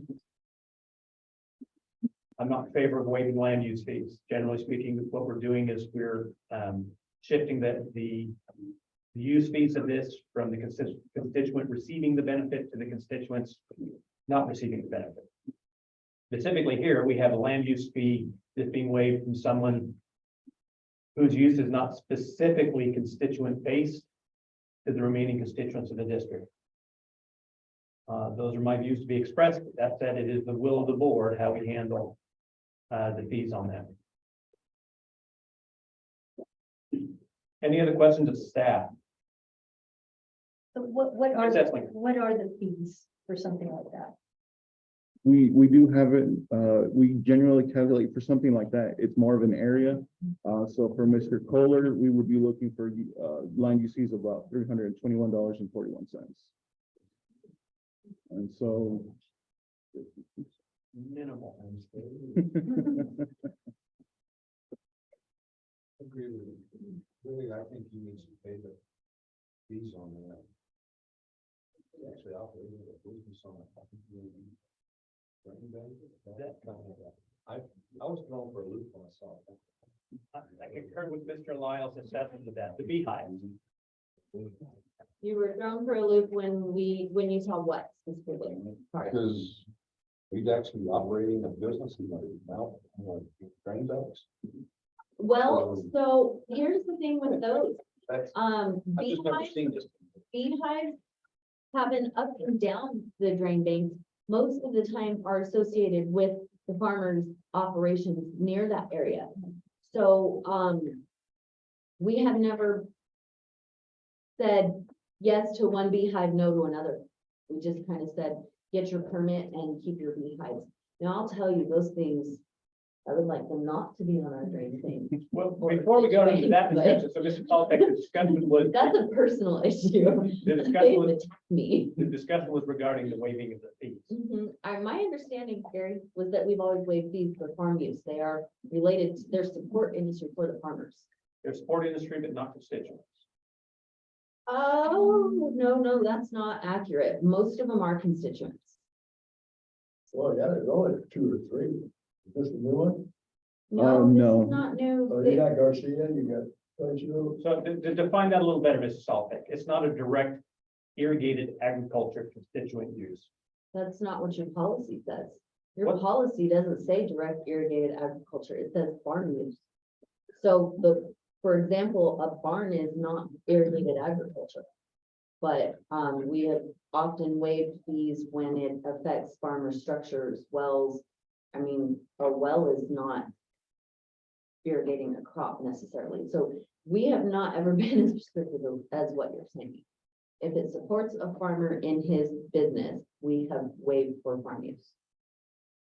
the only way to do that is you have a farmer right next to him and bothers him. What? Is the applicant a constituent of the EPA?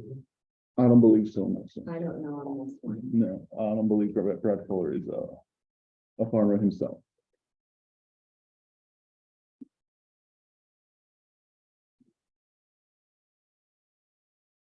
Any This other, is one that he's been there forever. He's been permitted regularly, just never in a long-term permit.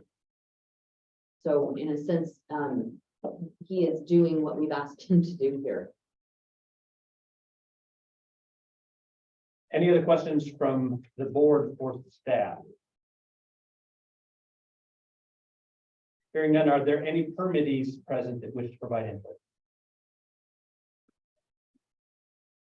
I'm going to get to public input in a moment, Mr. Hernandez. Are you a permittee in this case? No, I'm not. Okay, thank you. Any permittees that wish to provide input? Hearing none, is there any public input?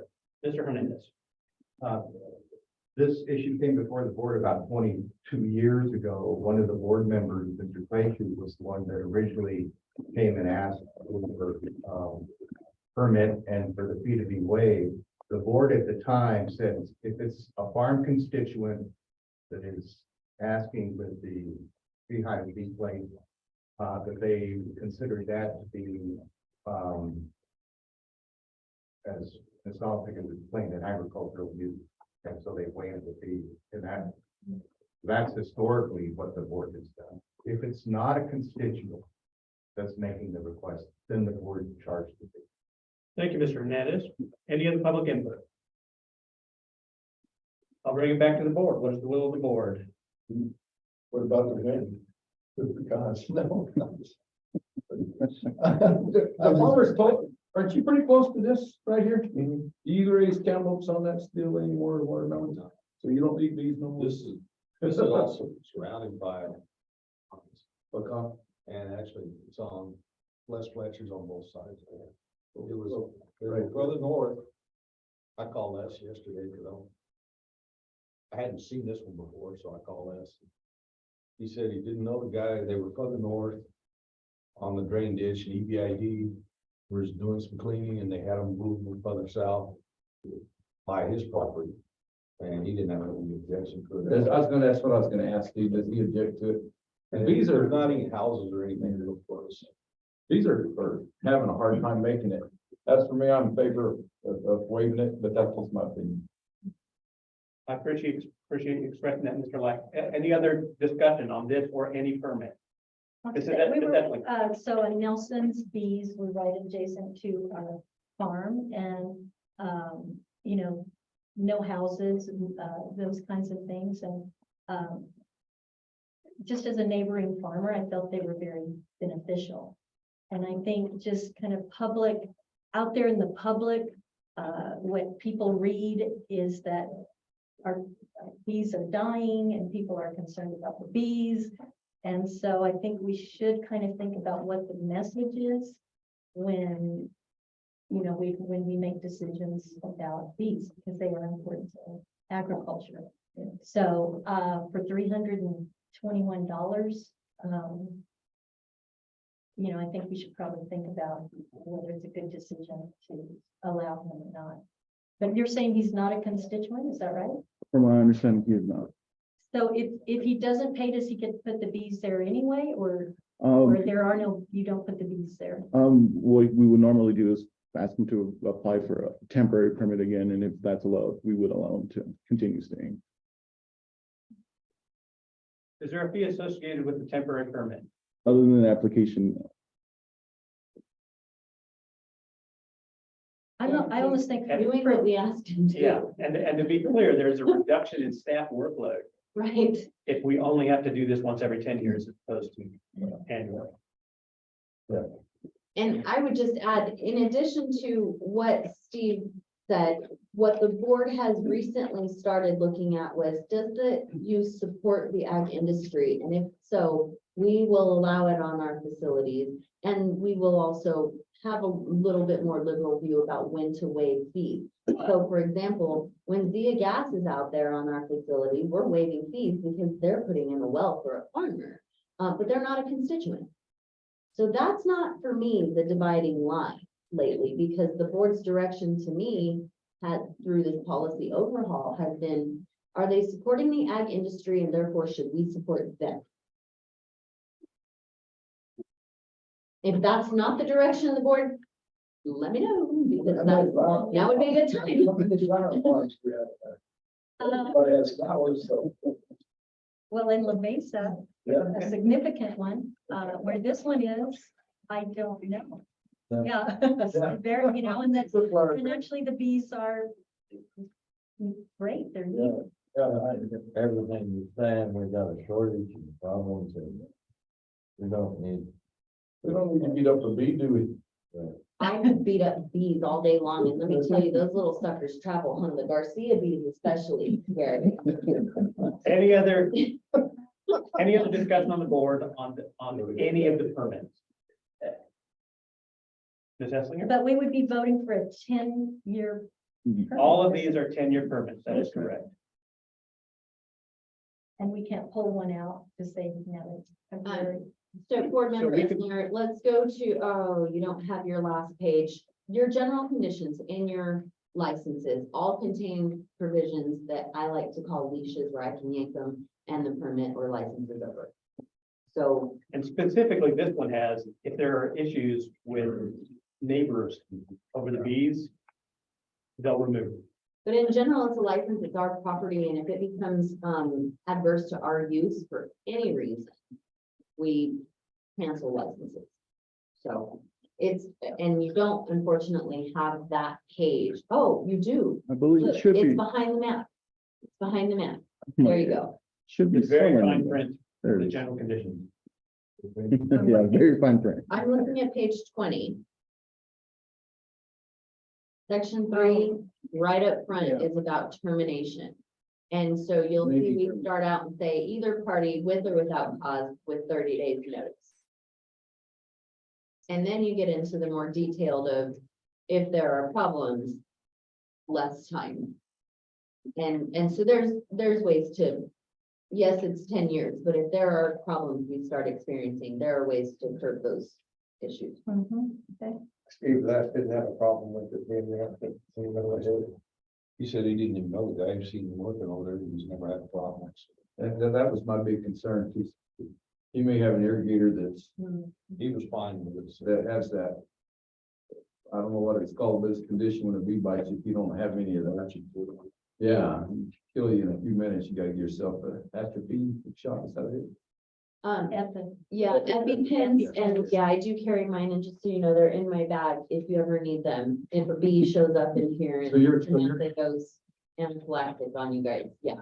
Because that's actually a thing. Remember scorpion sting, Mayo Clinic, all the way back to Garcia bees when I was on the ditch bank with Gary 15 years ago.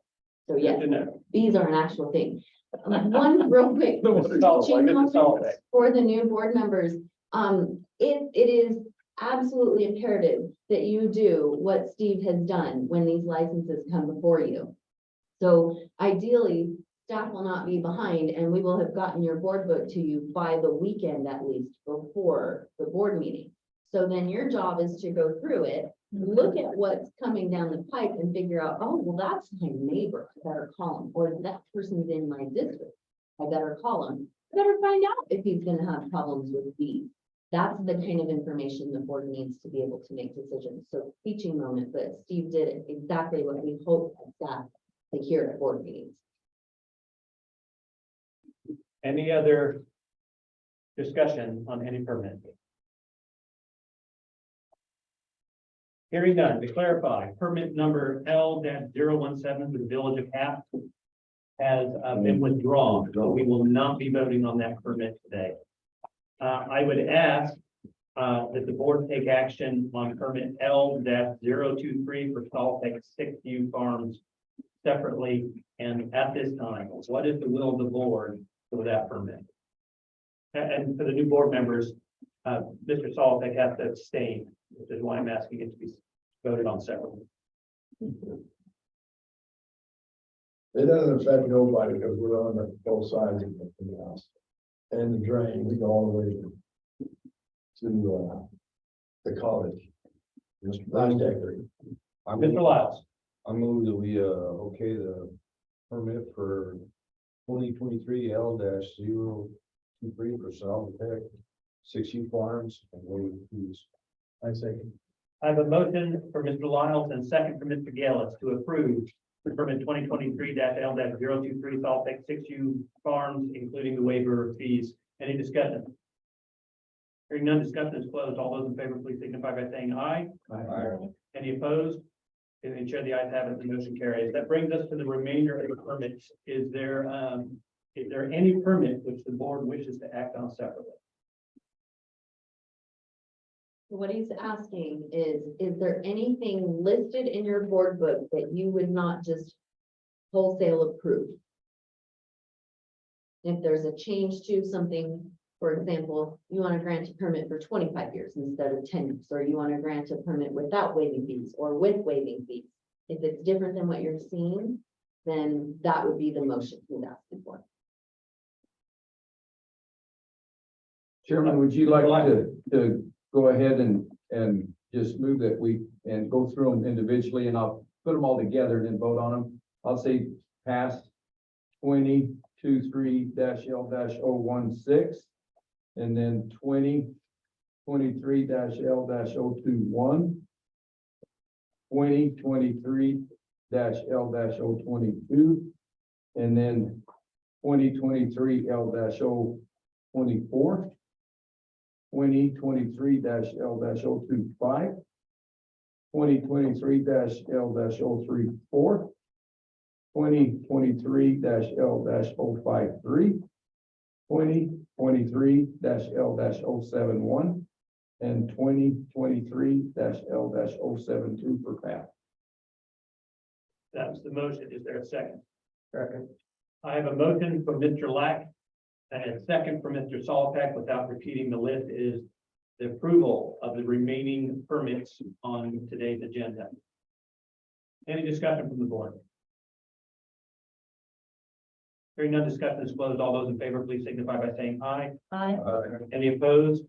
Continuing to chair, the ayes have it, and the motion carries. The permits have been approved. Thank you very much. Thank you, board. That brings us to Mr. Byron in the financial report.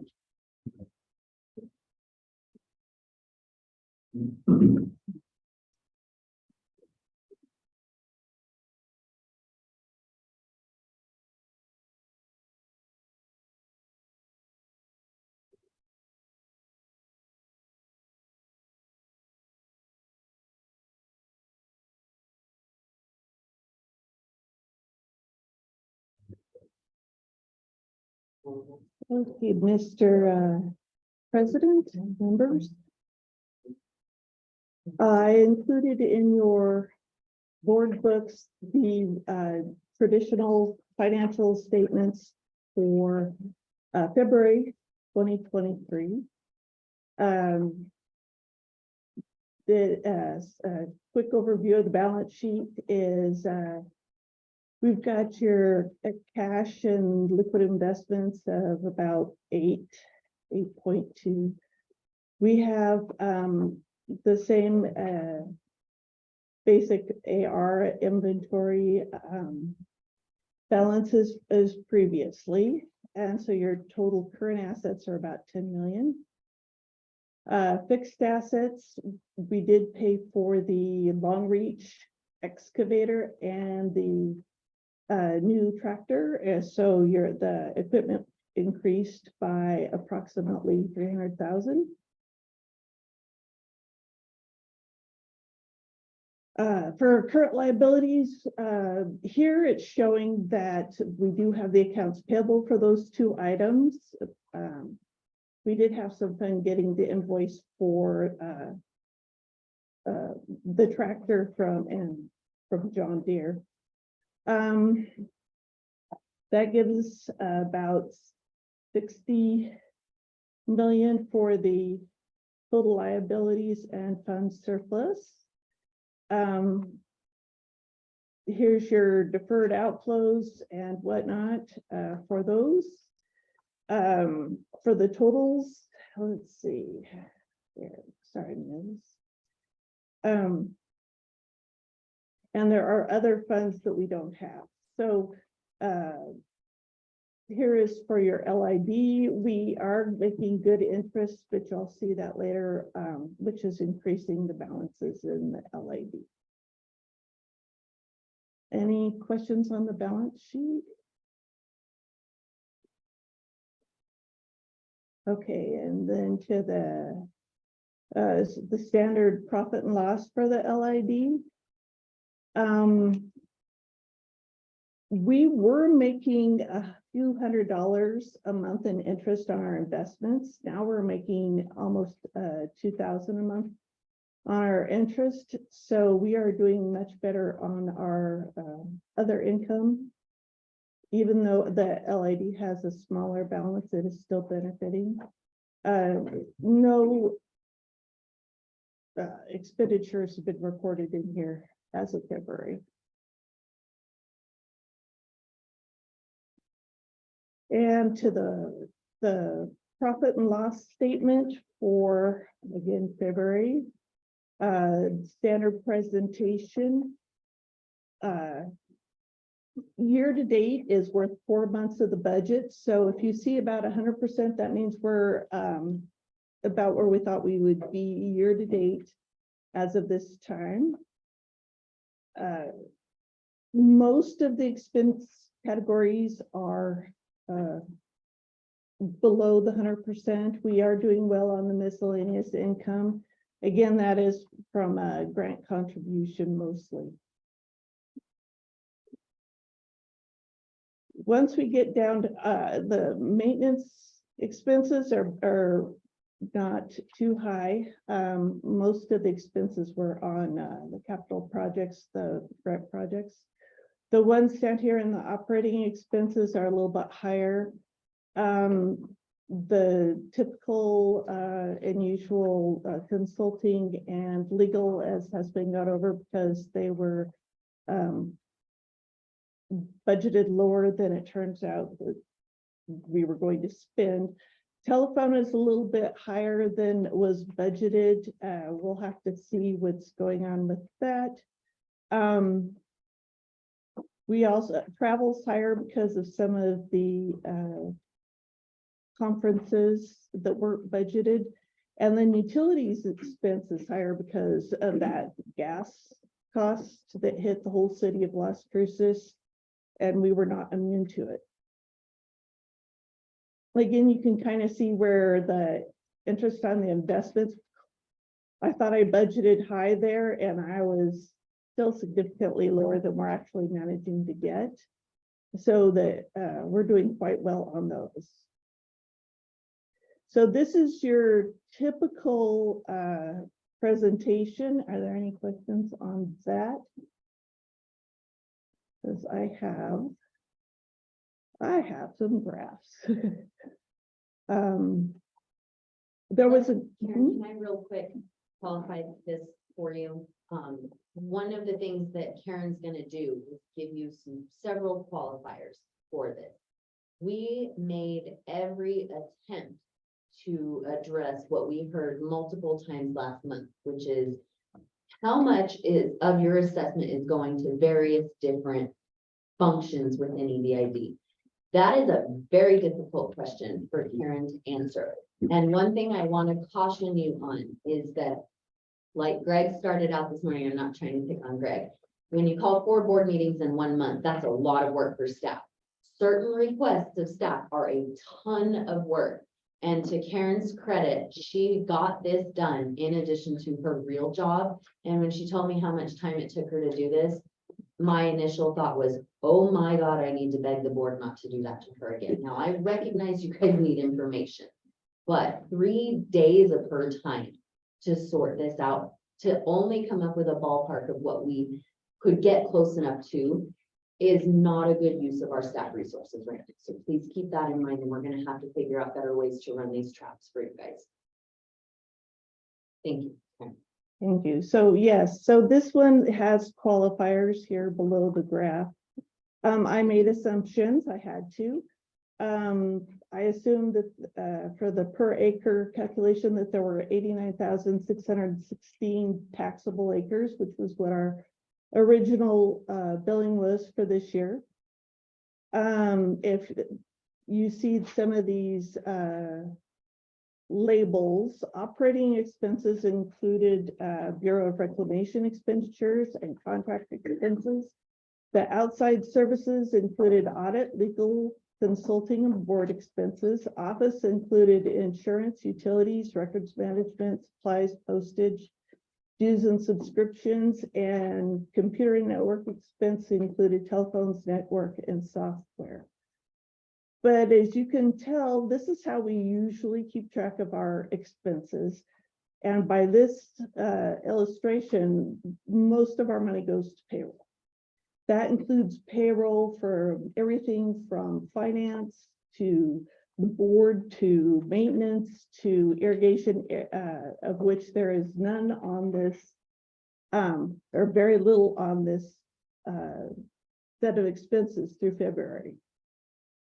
After that, you get your some maintenance expenditures, your outside services, and it's kind of hard to see because the lines didn't line up really great, but these go down in this way to smaller and smaller until you kind of get to travel, because some people were asking about travel, where you get down here to a thin line of 22 cents per acre.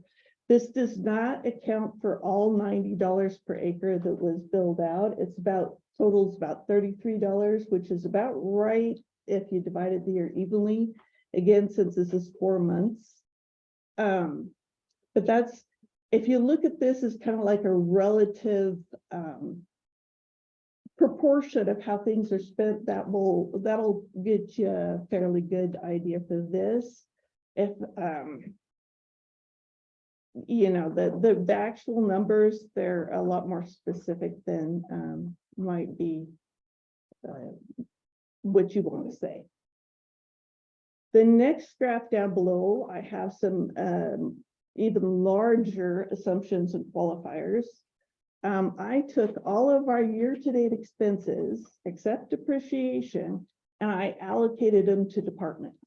Now, our records do not keep any of this information sorted by departments. Well, a lot of our records don't. There's a few things there. So I was kind of coming up with what seemed like logical ways to allocate. For example, how do I allocate liability insurance and utilities? Some office and computer expenses. I took to kind of how we budgeted them. I took the budgets pretty much as I could off of our schedules for how we created the budget last year. But then I needed to kind of combine something. So canal expenses and major construction were lumped together. So both maintenance work and construction work on grant projects are reflected. However, since November 1, it seems the bulk of our maintenance people were working on the construction. Board and management is huge because it includes both the management, which is like the treasurer manager office expenses, legal, consulting, and some other general expenses that didn't seem to apply to the other departments. So I did allocate some on a percentage, some that I knew because of our budget, and some of them I just, well, it seems to go more here. So in other words, I would appreciate taking this with a bit of salt. Not just a grain. Not just a a grade. bit of salt. Yes, and it did take me, in this part here, this bottom part here did take me 3 days just to do this bottom part. The other stuff doesn't take that much time. This part took a while. And for the expenditures for capital items to kind of make it seem like how we're actually spending them with cash, I included them as expenses. And so here it is in too big a picture.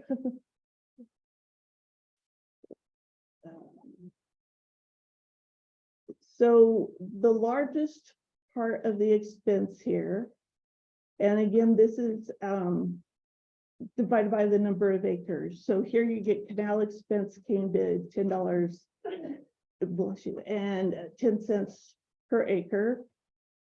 The next one again was the, the board and management expenses at 560. Again, that included all things like the legal and consulting that were, in my mind, kind of more perhaps determined by board direction or board actions.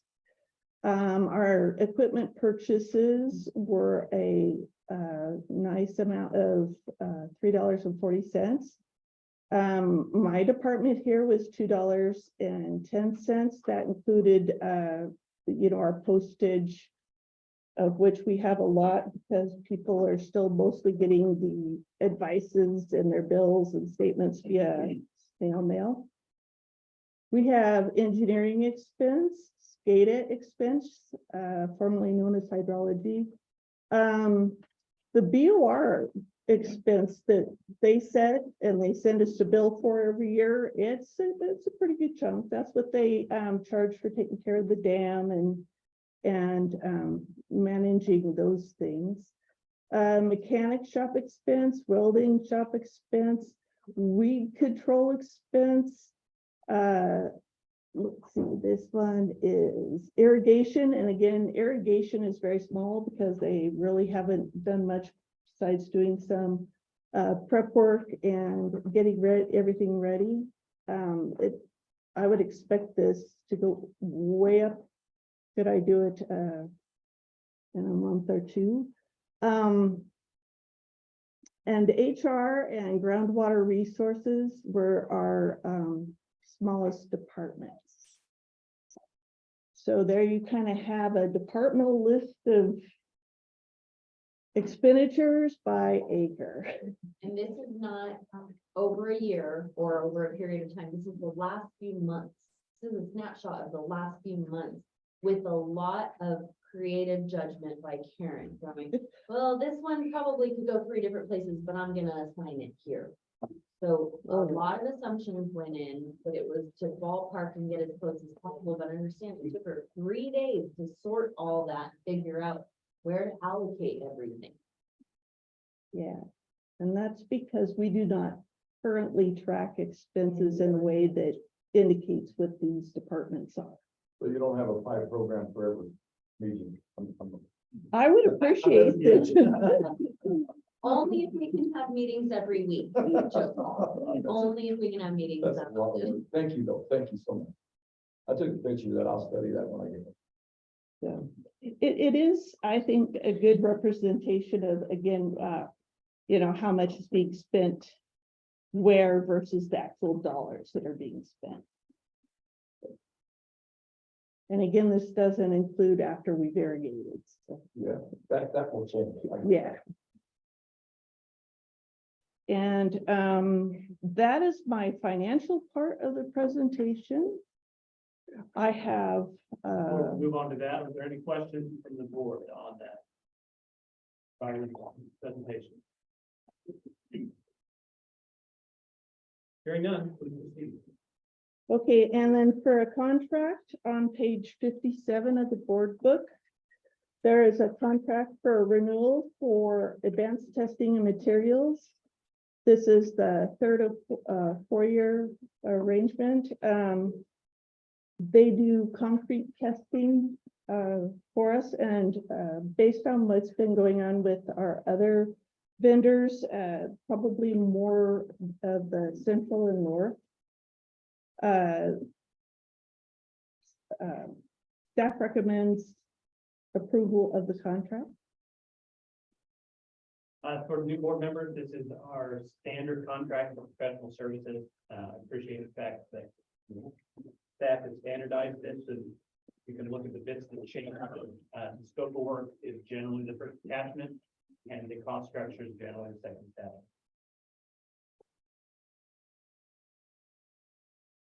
Although in this particular case, that is a separate cost structure. Did we have any change in the in compensation for this contract? I do not believe we had any change for the compensation. Thank you.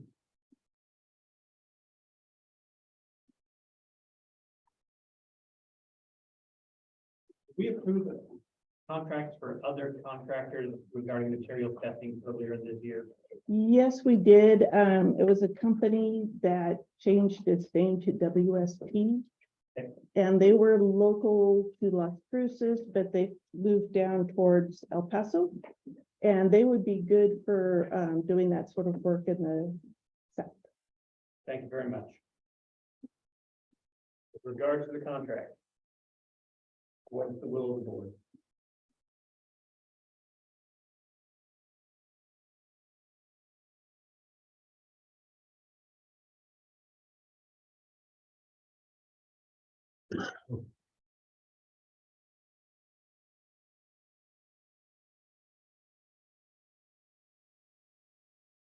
Here's a motion that. Yes, we need a motion to approve the contract. So move. Second. I have a motion for Mr. James Salbeck and a second for Ms. Sal Nunez to approve the contract as presented. Any discussion? Hearing none, discussion is closed. All those in favor, please signify by saying aye. Aye. Any opposed? The opinion of the chair, the ayes have it, and the motion carries. And the next item is on page 68 of the board book. And I'm afraid I did not ask if this is related to a tabled item. It wasn't tabled. So for the board's update here, my contract was approved in December. This is an update to my cost sheet to account for a new employee who will be billed at a lower rate than what I would like to bill you at for what's currently available on my cost sheet. So the legal assistant and secretary rate would be what I bill that employee at instead of the paralegal rate, which would be a $75 an hour savings. And so we've added that rate. I typically do not have that rate, but only because I've only maintained paralegals. I wasn't having legal secretaries do your work. But that is the only addition and only change from what was approved. So to be sure I understand the changes, Salbeck, previously, the legal assistant secretary had been blank because you did not have that position. Previously, I didn't even include it on my cost sheet because I didn't have that position. And if I did, I wasn't billing the work to EBID because it wasn't substantive work. Sometimes what the legal secretary is doing is not substantive, she said in my meetings. Sometimes what she's doing is writing board minutes, and that's substantive. So, I don't have my paralegal doing that, I have my legal assistant doing it. They like to bill it at a lower rate, even though that was not previously even a line item charge that I had on my cash sheet for you. Questions from the board? And you'll notice my rate again has not changed. Question, what is the existing contract with you on services? You can cancel it anytime you'd like, and I often will advise the board that you, can look at putting out new RFPs. My contract, you can call me on the carpet and cancel it any day you like, Selena, Bill, they're all the same.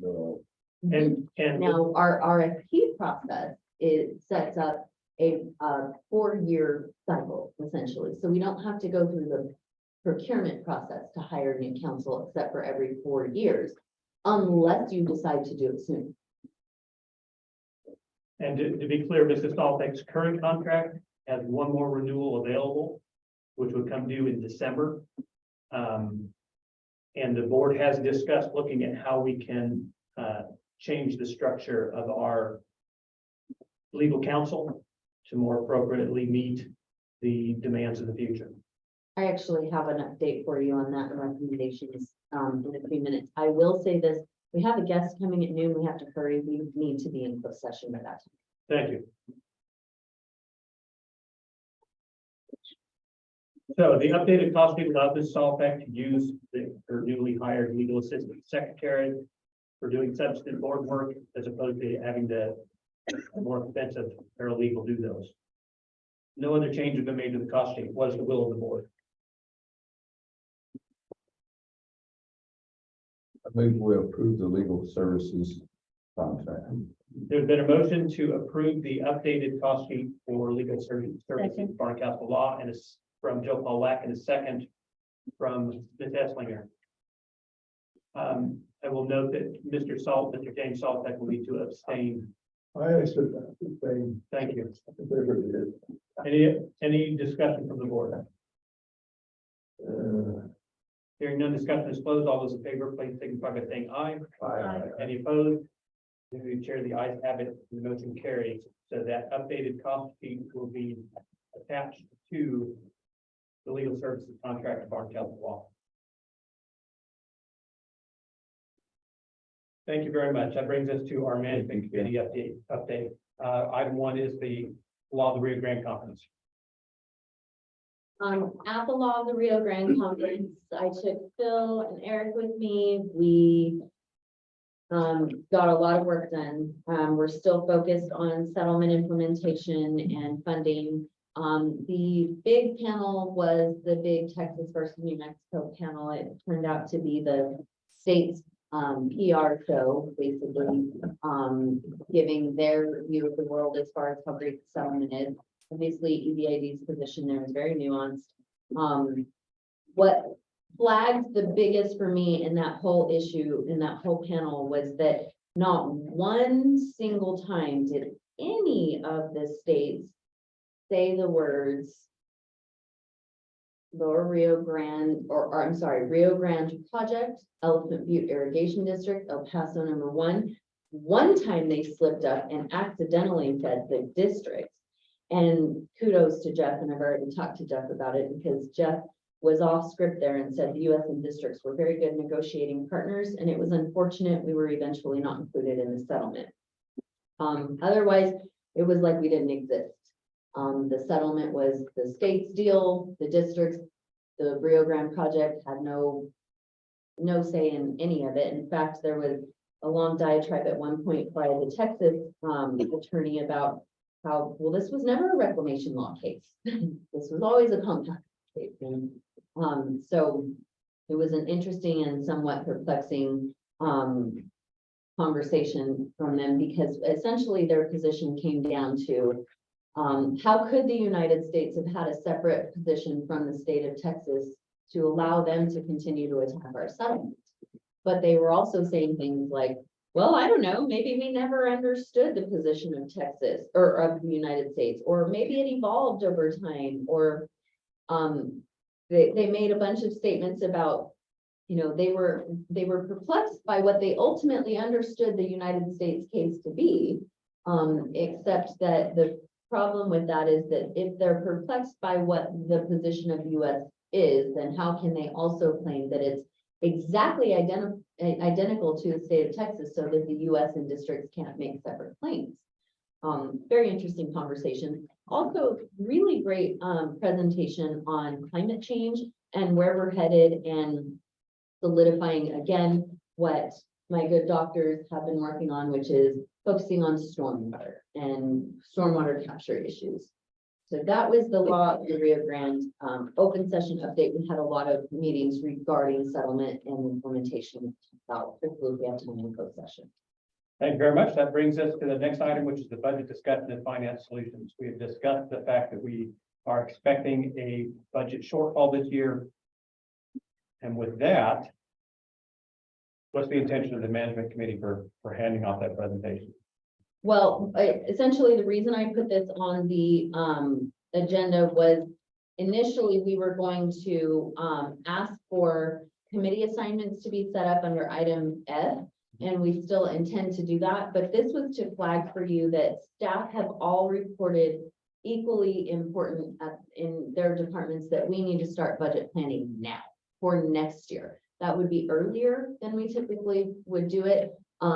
We want some direction from the board on, are we okay to carry forward the process that was set up in this last year, which was senior leadership have more of a role in their own individual budgets. That was not how it was done before. Senior leadership very much liked that setup, but they are also trying to adjust early on to basically just where we are. We're going to come up short, so we need to start planning better for next year. So the idea being, we are going to start budget discussions soon, but can we do that under the same cloak of the senior leadership handling their budgets for their departments, and then getting some general direction very soon, hopefully in the form of a committee meeting on what does the board want us to look at for solutions? Do you want me selling property? Do you want me raising the assessment? Do you want me increasing permit fees? Do you want us to hurry up and overhaul certain policies over others? Where do you want to make up the money? Does someone want to write a loan to EBID? Do we want to go to a bank? How do you want to do this? So those are discussions that we need to start getting going. The first question being though, are you okay with us starting budget this early under the same cloak as what it was set up as last year? And so to clearly delineate the two ways the budgeting has been done in the past. In the past, the budgets have been presented.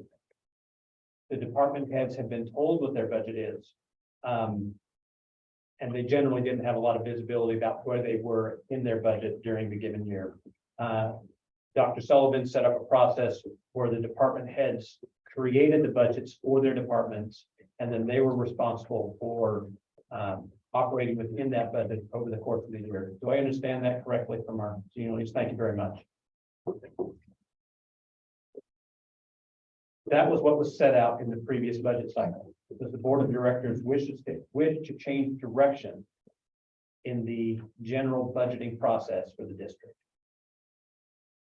What was senior department head prefer the new style of doing it? Yeah, typically, previously, it was handled in large part by finance with assistance from the manager. Right now, we don't have a manager. We're kind of limping along. Dr. King and I are doing the bulk of that, which we'll talk about later. The idea being that there were changes made under Dr. Sullivan that staff liked that they want to keep, and this was one of them. I will mention that I thought the process was a significant improvement over the previous processes. And I concur. Okay, so I'm going to take that as direction. You don't need a Thank motion you. or anything. Would you like a committee formed now? I guess what we can do is jump to committee assignments, item F. The issues that I had flagged there for you are that we first and foremost need a policy overhaul committee and then a settlement implementation committee. Now, you'll recall that Selena and I were instructed to overhaul all policies for EBID last year. The idea being we were going to have a new manager that came in, would get up to speed, and by the time Selena and I were at the point where we needed to be to start working with staff on policy overhaul, the new manager would have been trained and ready to do that. That got put on hold for various reasons, and we never got to policy overhaul. We are at the point now where we need 2 layers of activity. Selena and I are going to need board activity. We're also going to need staff activity. So I would like to get that set up pretty quickly. I would also like for it to be a different committee than settlement implementation, because you guys are going to see a lot of us. So whoever wants to do settlement implementation is going to be talking about grants, finance, how we're going to spend things, where we're going to allocate, you know, that's where I envision us going down the path of, do we want to be a construction company, or do we want someone else to handle this? What kind of projects do we want to focus on? Giving Dr. King and I regular direction on how to implement settlement in Texas versus New Mexico. Policy overhaul would be more focused on board policies like how far below the invert of the drain you want someone to bore when they're crossing our facility. The management sort of what governs the staff on a daily basis, and then putting it in a format that is readable and understandable to a farmer, to an engineer, to whoever needs to come to us and say, here's what I need, what do I look at? Policy overhaul and implementation of the settlement are already moving. They're on parallel tracks, sometimes they crisscross. So those issues would then be brought to the full board, obviously, and we'll be doing regular updates. We need those assignments set up pretty quickly. I would suggest that's where you'll also do a lot of your, the bulk of your board member education. Thank you, Mrs. Solbeck. It is my opinion is within the authority of the president to assign these committees. That said, I'm going to be looking to my colleagues for input and direction on how to do those committee assignments. It is my intention to assign committees of 3 board members, and that we will expand that to 4 if needed. In order to divide the workload, because we're going to have more committees that need to be running in parallel. It's my intention to have committee assignments of 3 board members. Can I get those assignments today? Yes. Because I need to start setting meetings. So, finally, it would be my request that we have one of the 3 new board members and 2, I don't know how to put it, longer tenured board members on each of these committees to ensure that we've got new ideas and continuity on every committee that we form. So I would first turn to the new board members. The things that we've discussed today: policy overhaul, settlement implementation, and working with finance on coming up with finance solutions and helping provide board guidance on the budgeting process. Where would the 3 of you like to sit in there? There is policy. Mr. Calhoun has said policy. Is there anyone else that was just really itching to work on all the policy? All right, I'm not hearing any. So for the policy overhaul, I've got Mr. Calhoun. I need 2 additional board members. I would like to have one from the Hatch Valley on that, on the policy overhaul. So we've got Mr. Gillis. And then finally, one additional, I will mention it is my intention to work on the settlement implementation committee, unless anyone has any objection to that. So Mr. Lyles, Mr. Solbeck, or Mr. Solbeck, which of you, where do your preferences lie with regards to policy overhaul or settlement implementation?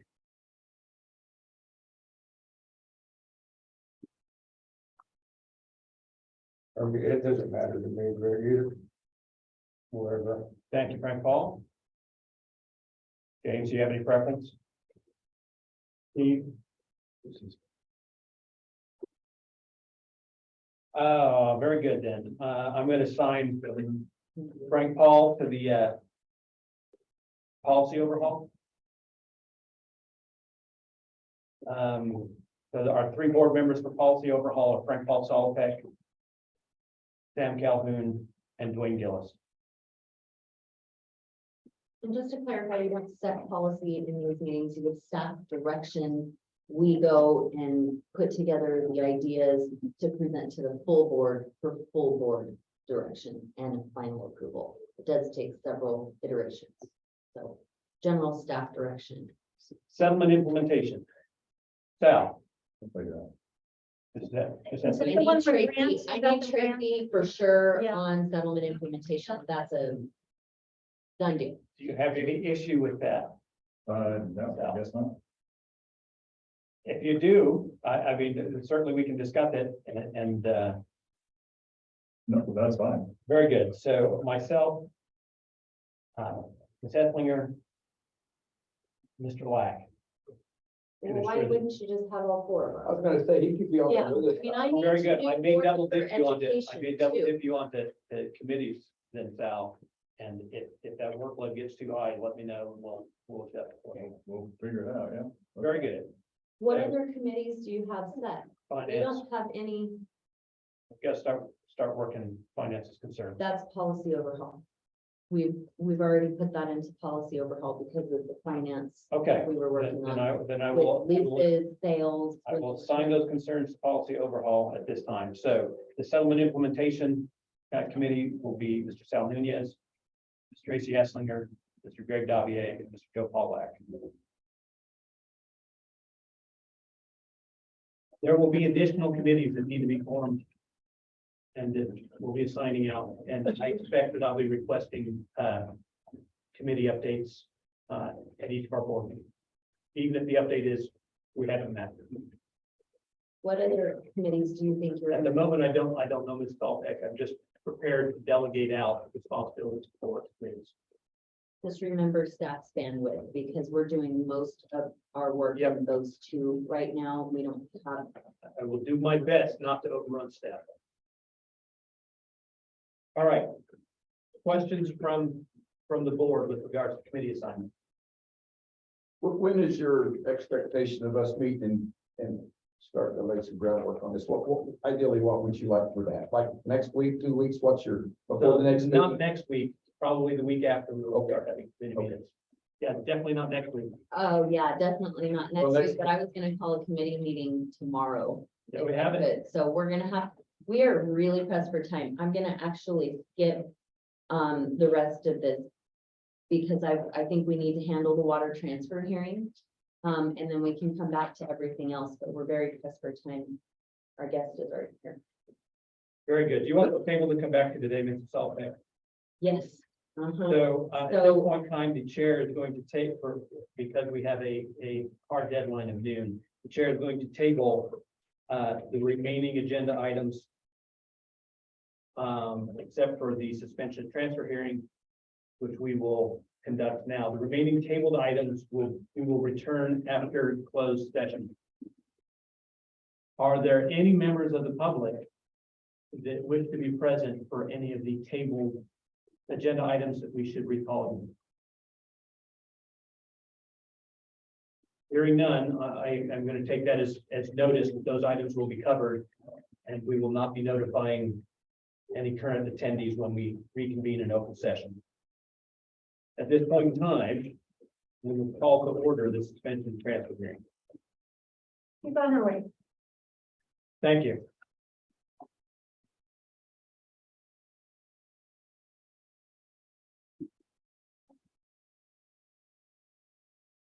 All right, I'm going to go ahead and, I will hold off on running my screen. You just tell me when you transfer, move from the.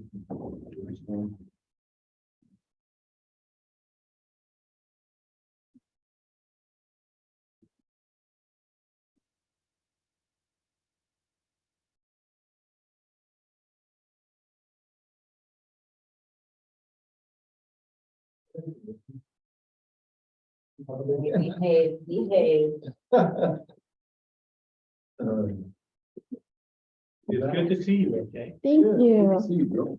thank you. The board is convened to act upon applications by landowners in the district to transfer water rights pertinent to lands within the district which are not suitable for irrigation or capable of being properly irrigated to other lands within the district.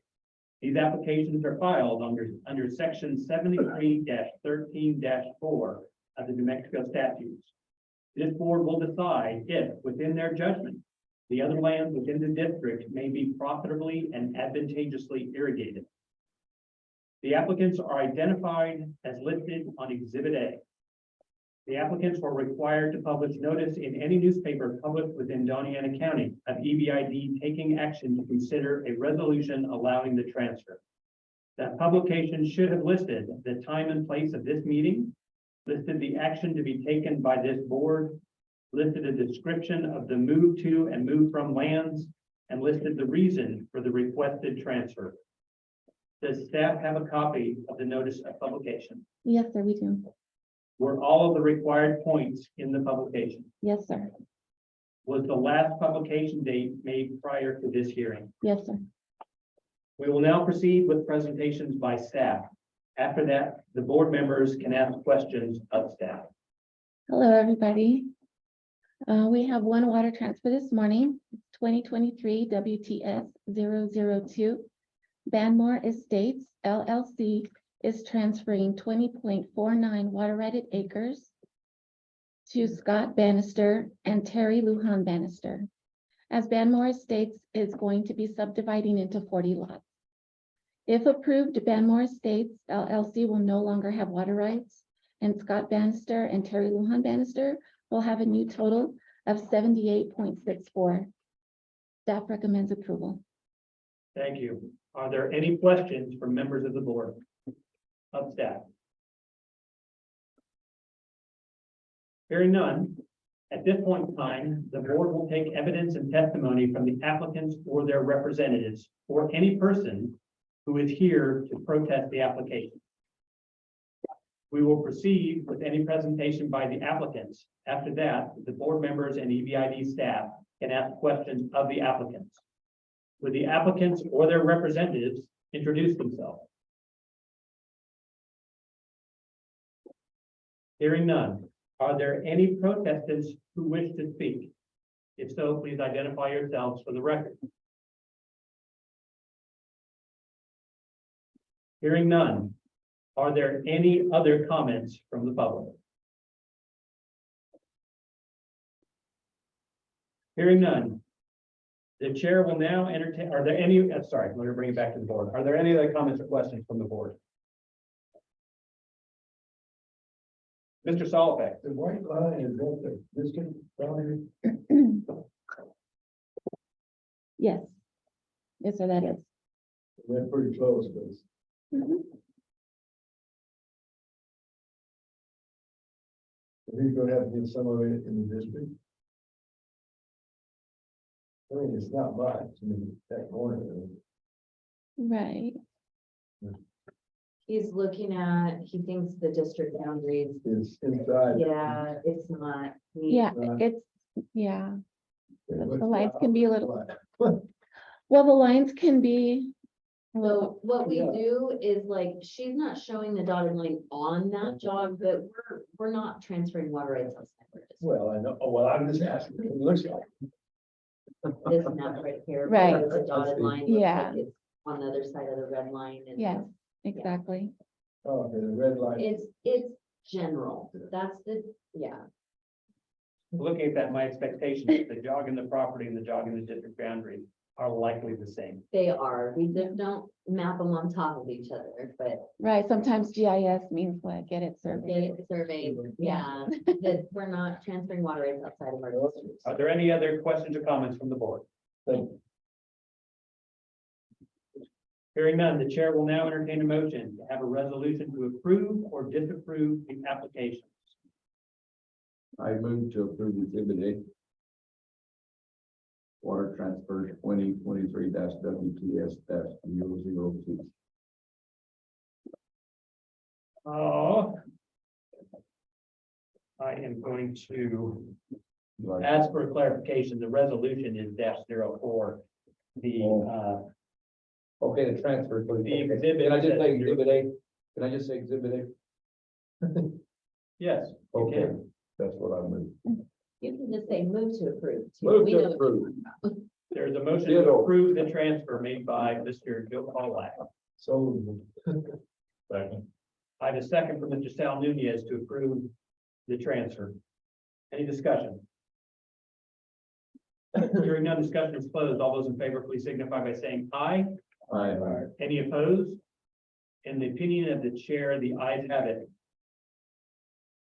I will ask that resolution 2023-S&T-04 be formalized as called for by section 73-13-5 of the New Mexico statutes, and that the secretary of the board immediately certify and file with the state engineer a true copy of the resolution and action of the board.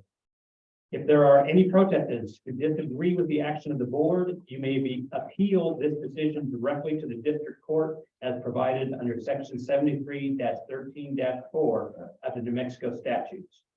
The chair will entertain a motion to adjourn the board sitting to hear the application.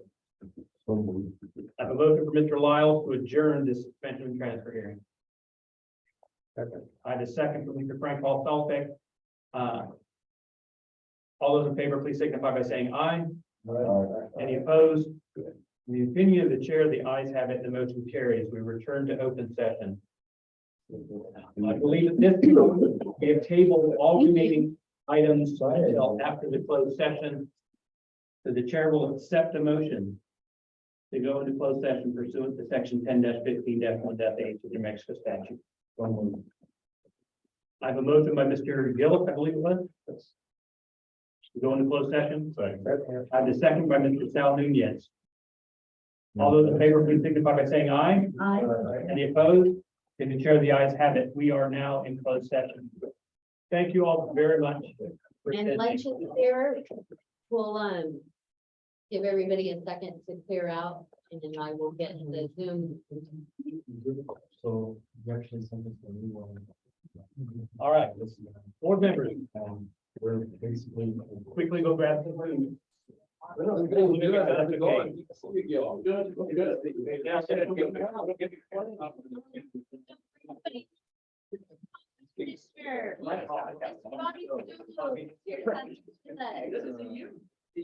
Tracy Eslinger.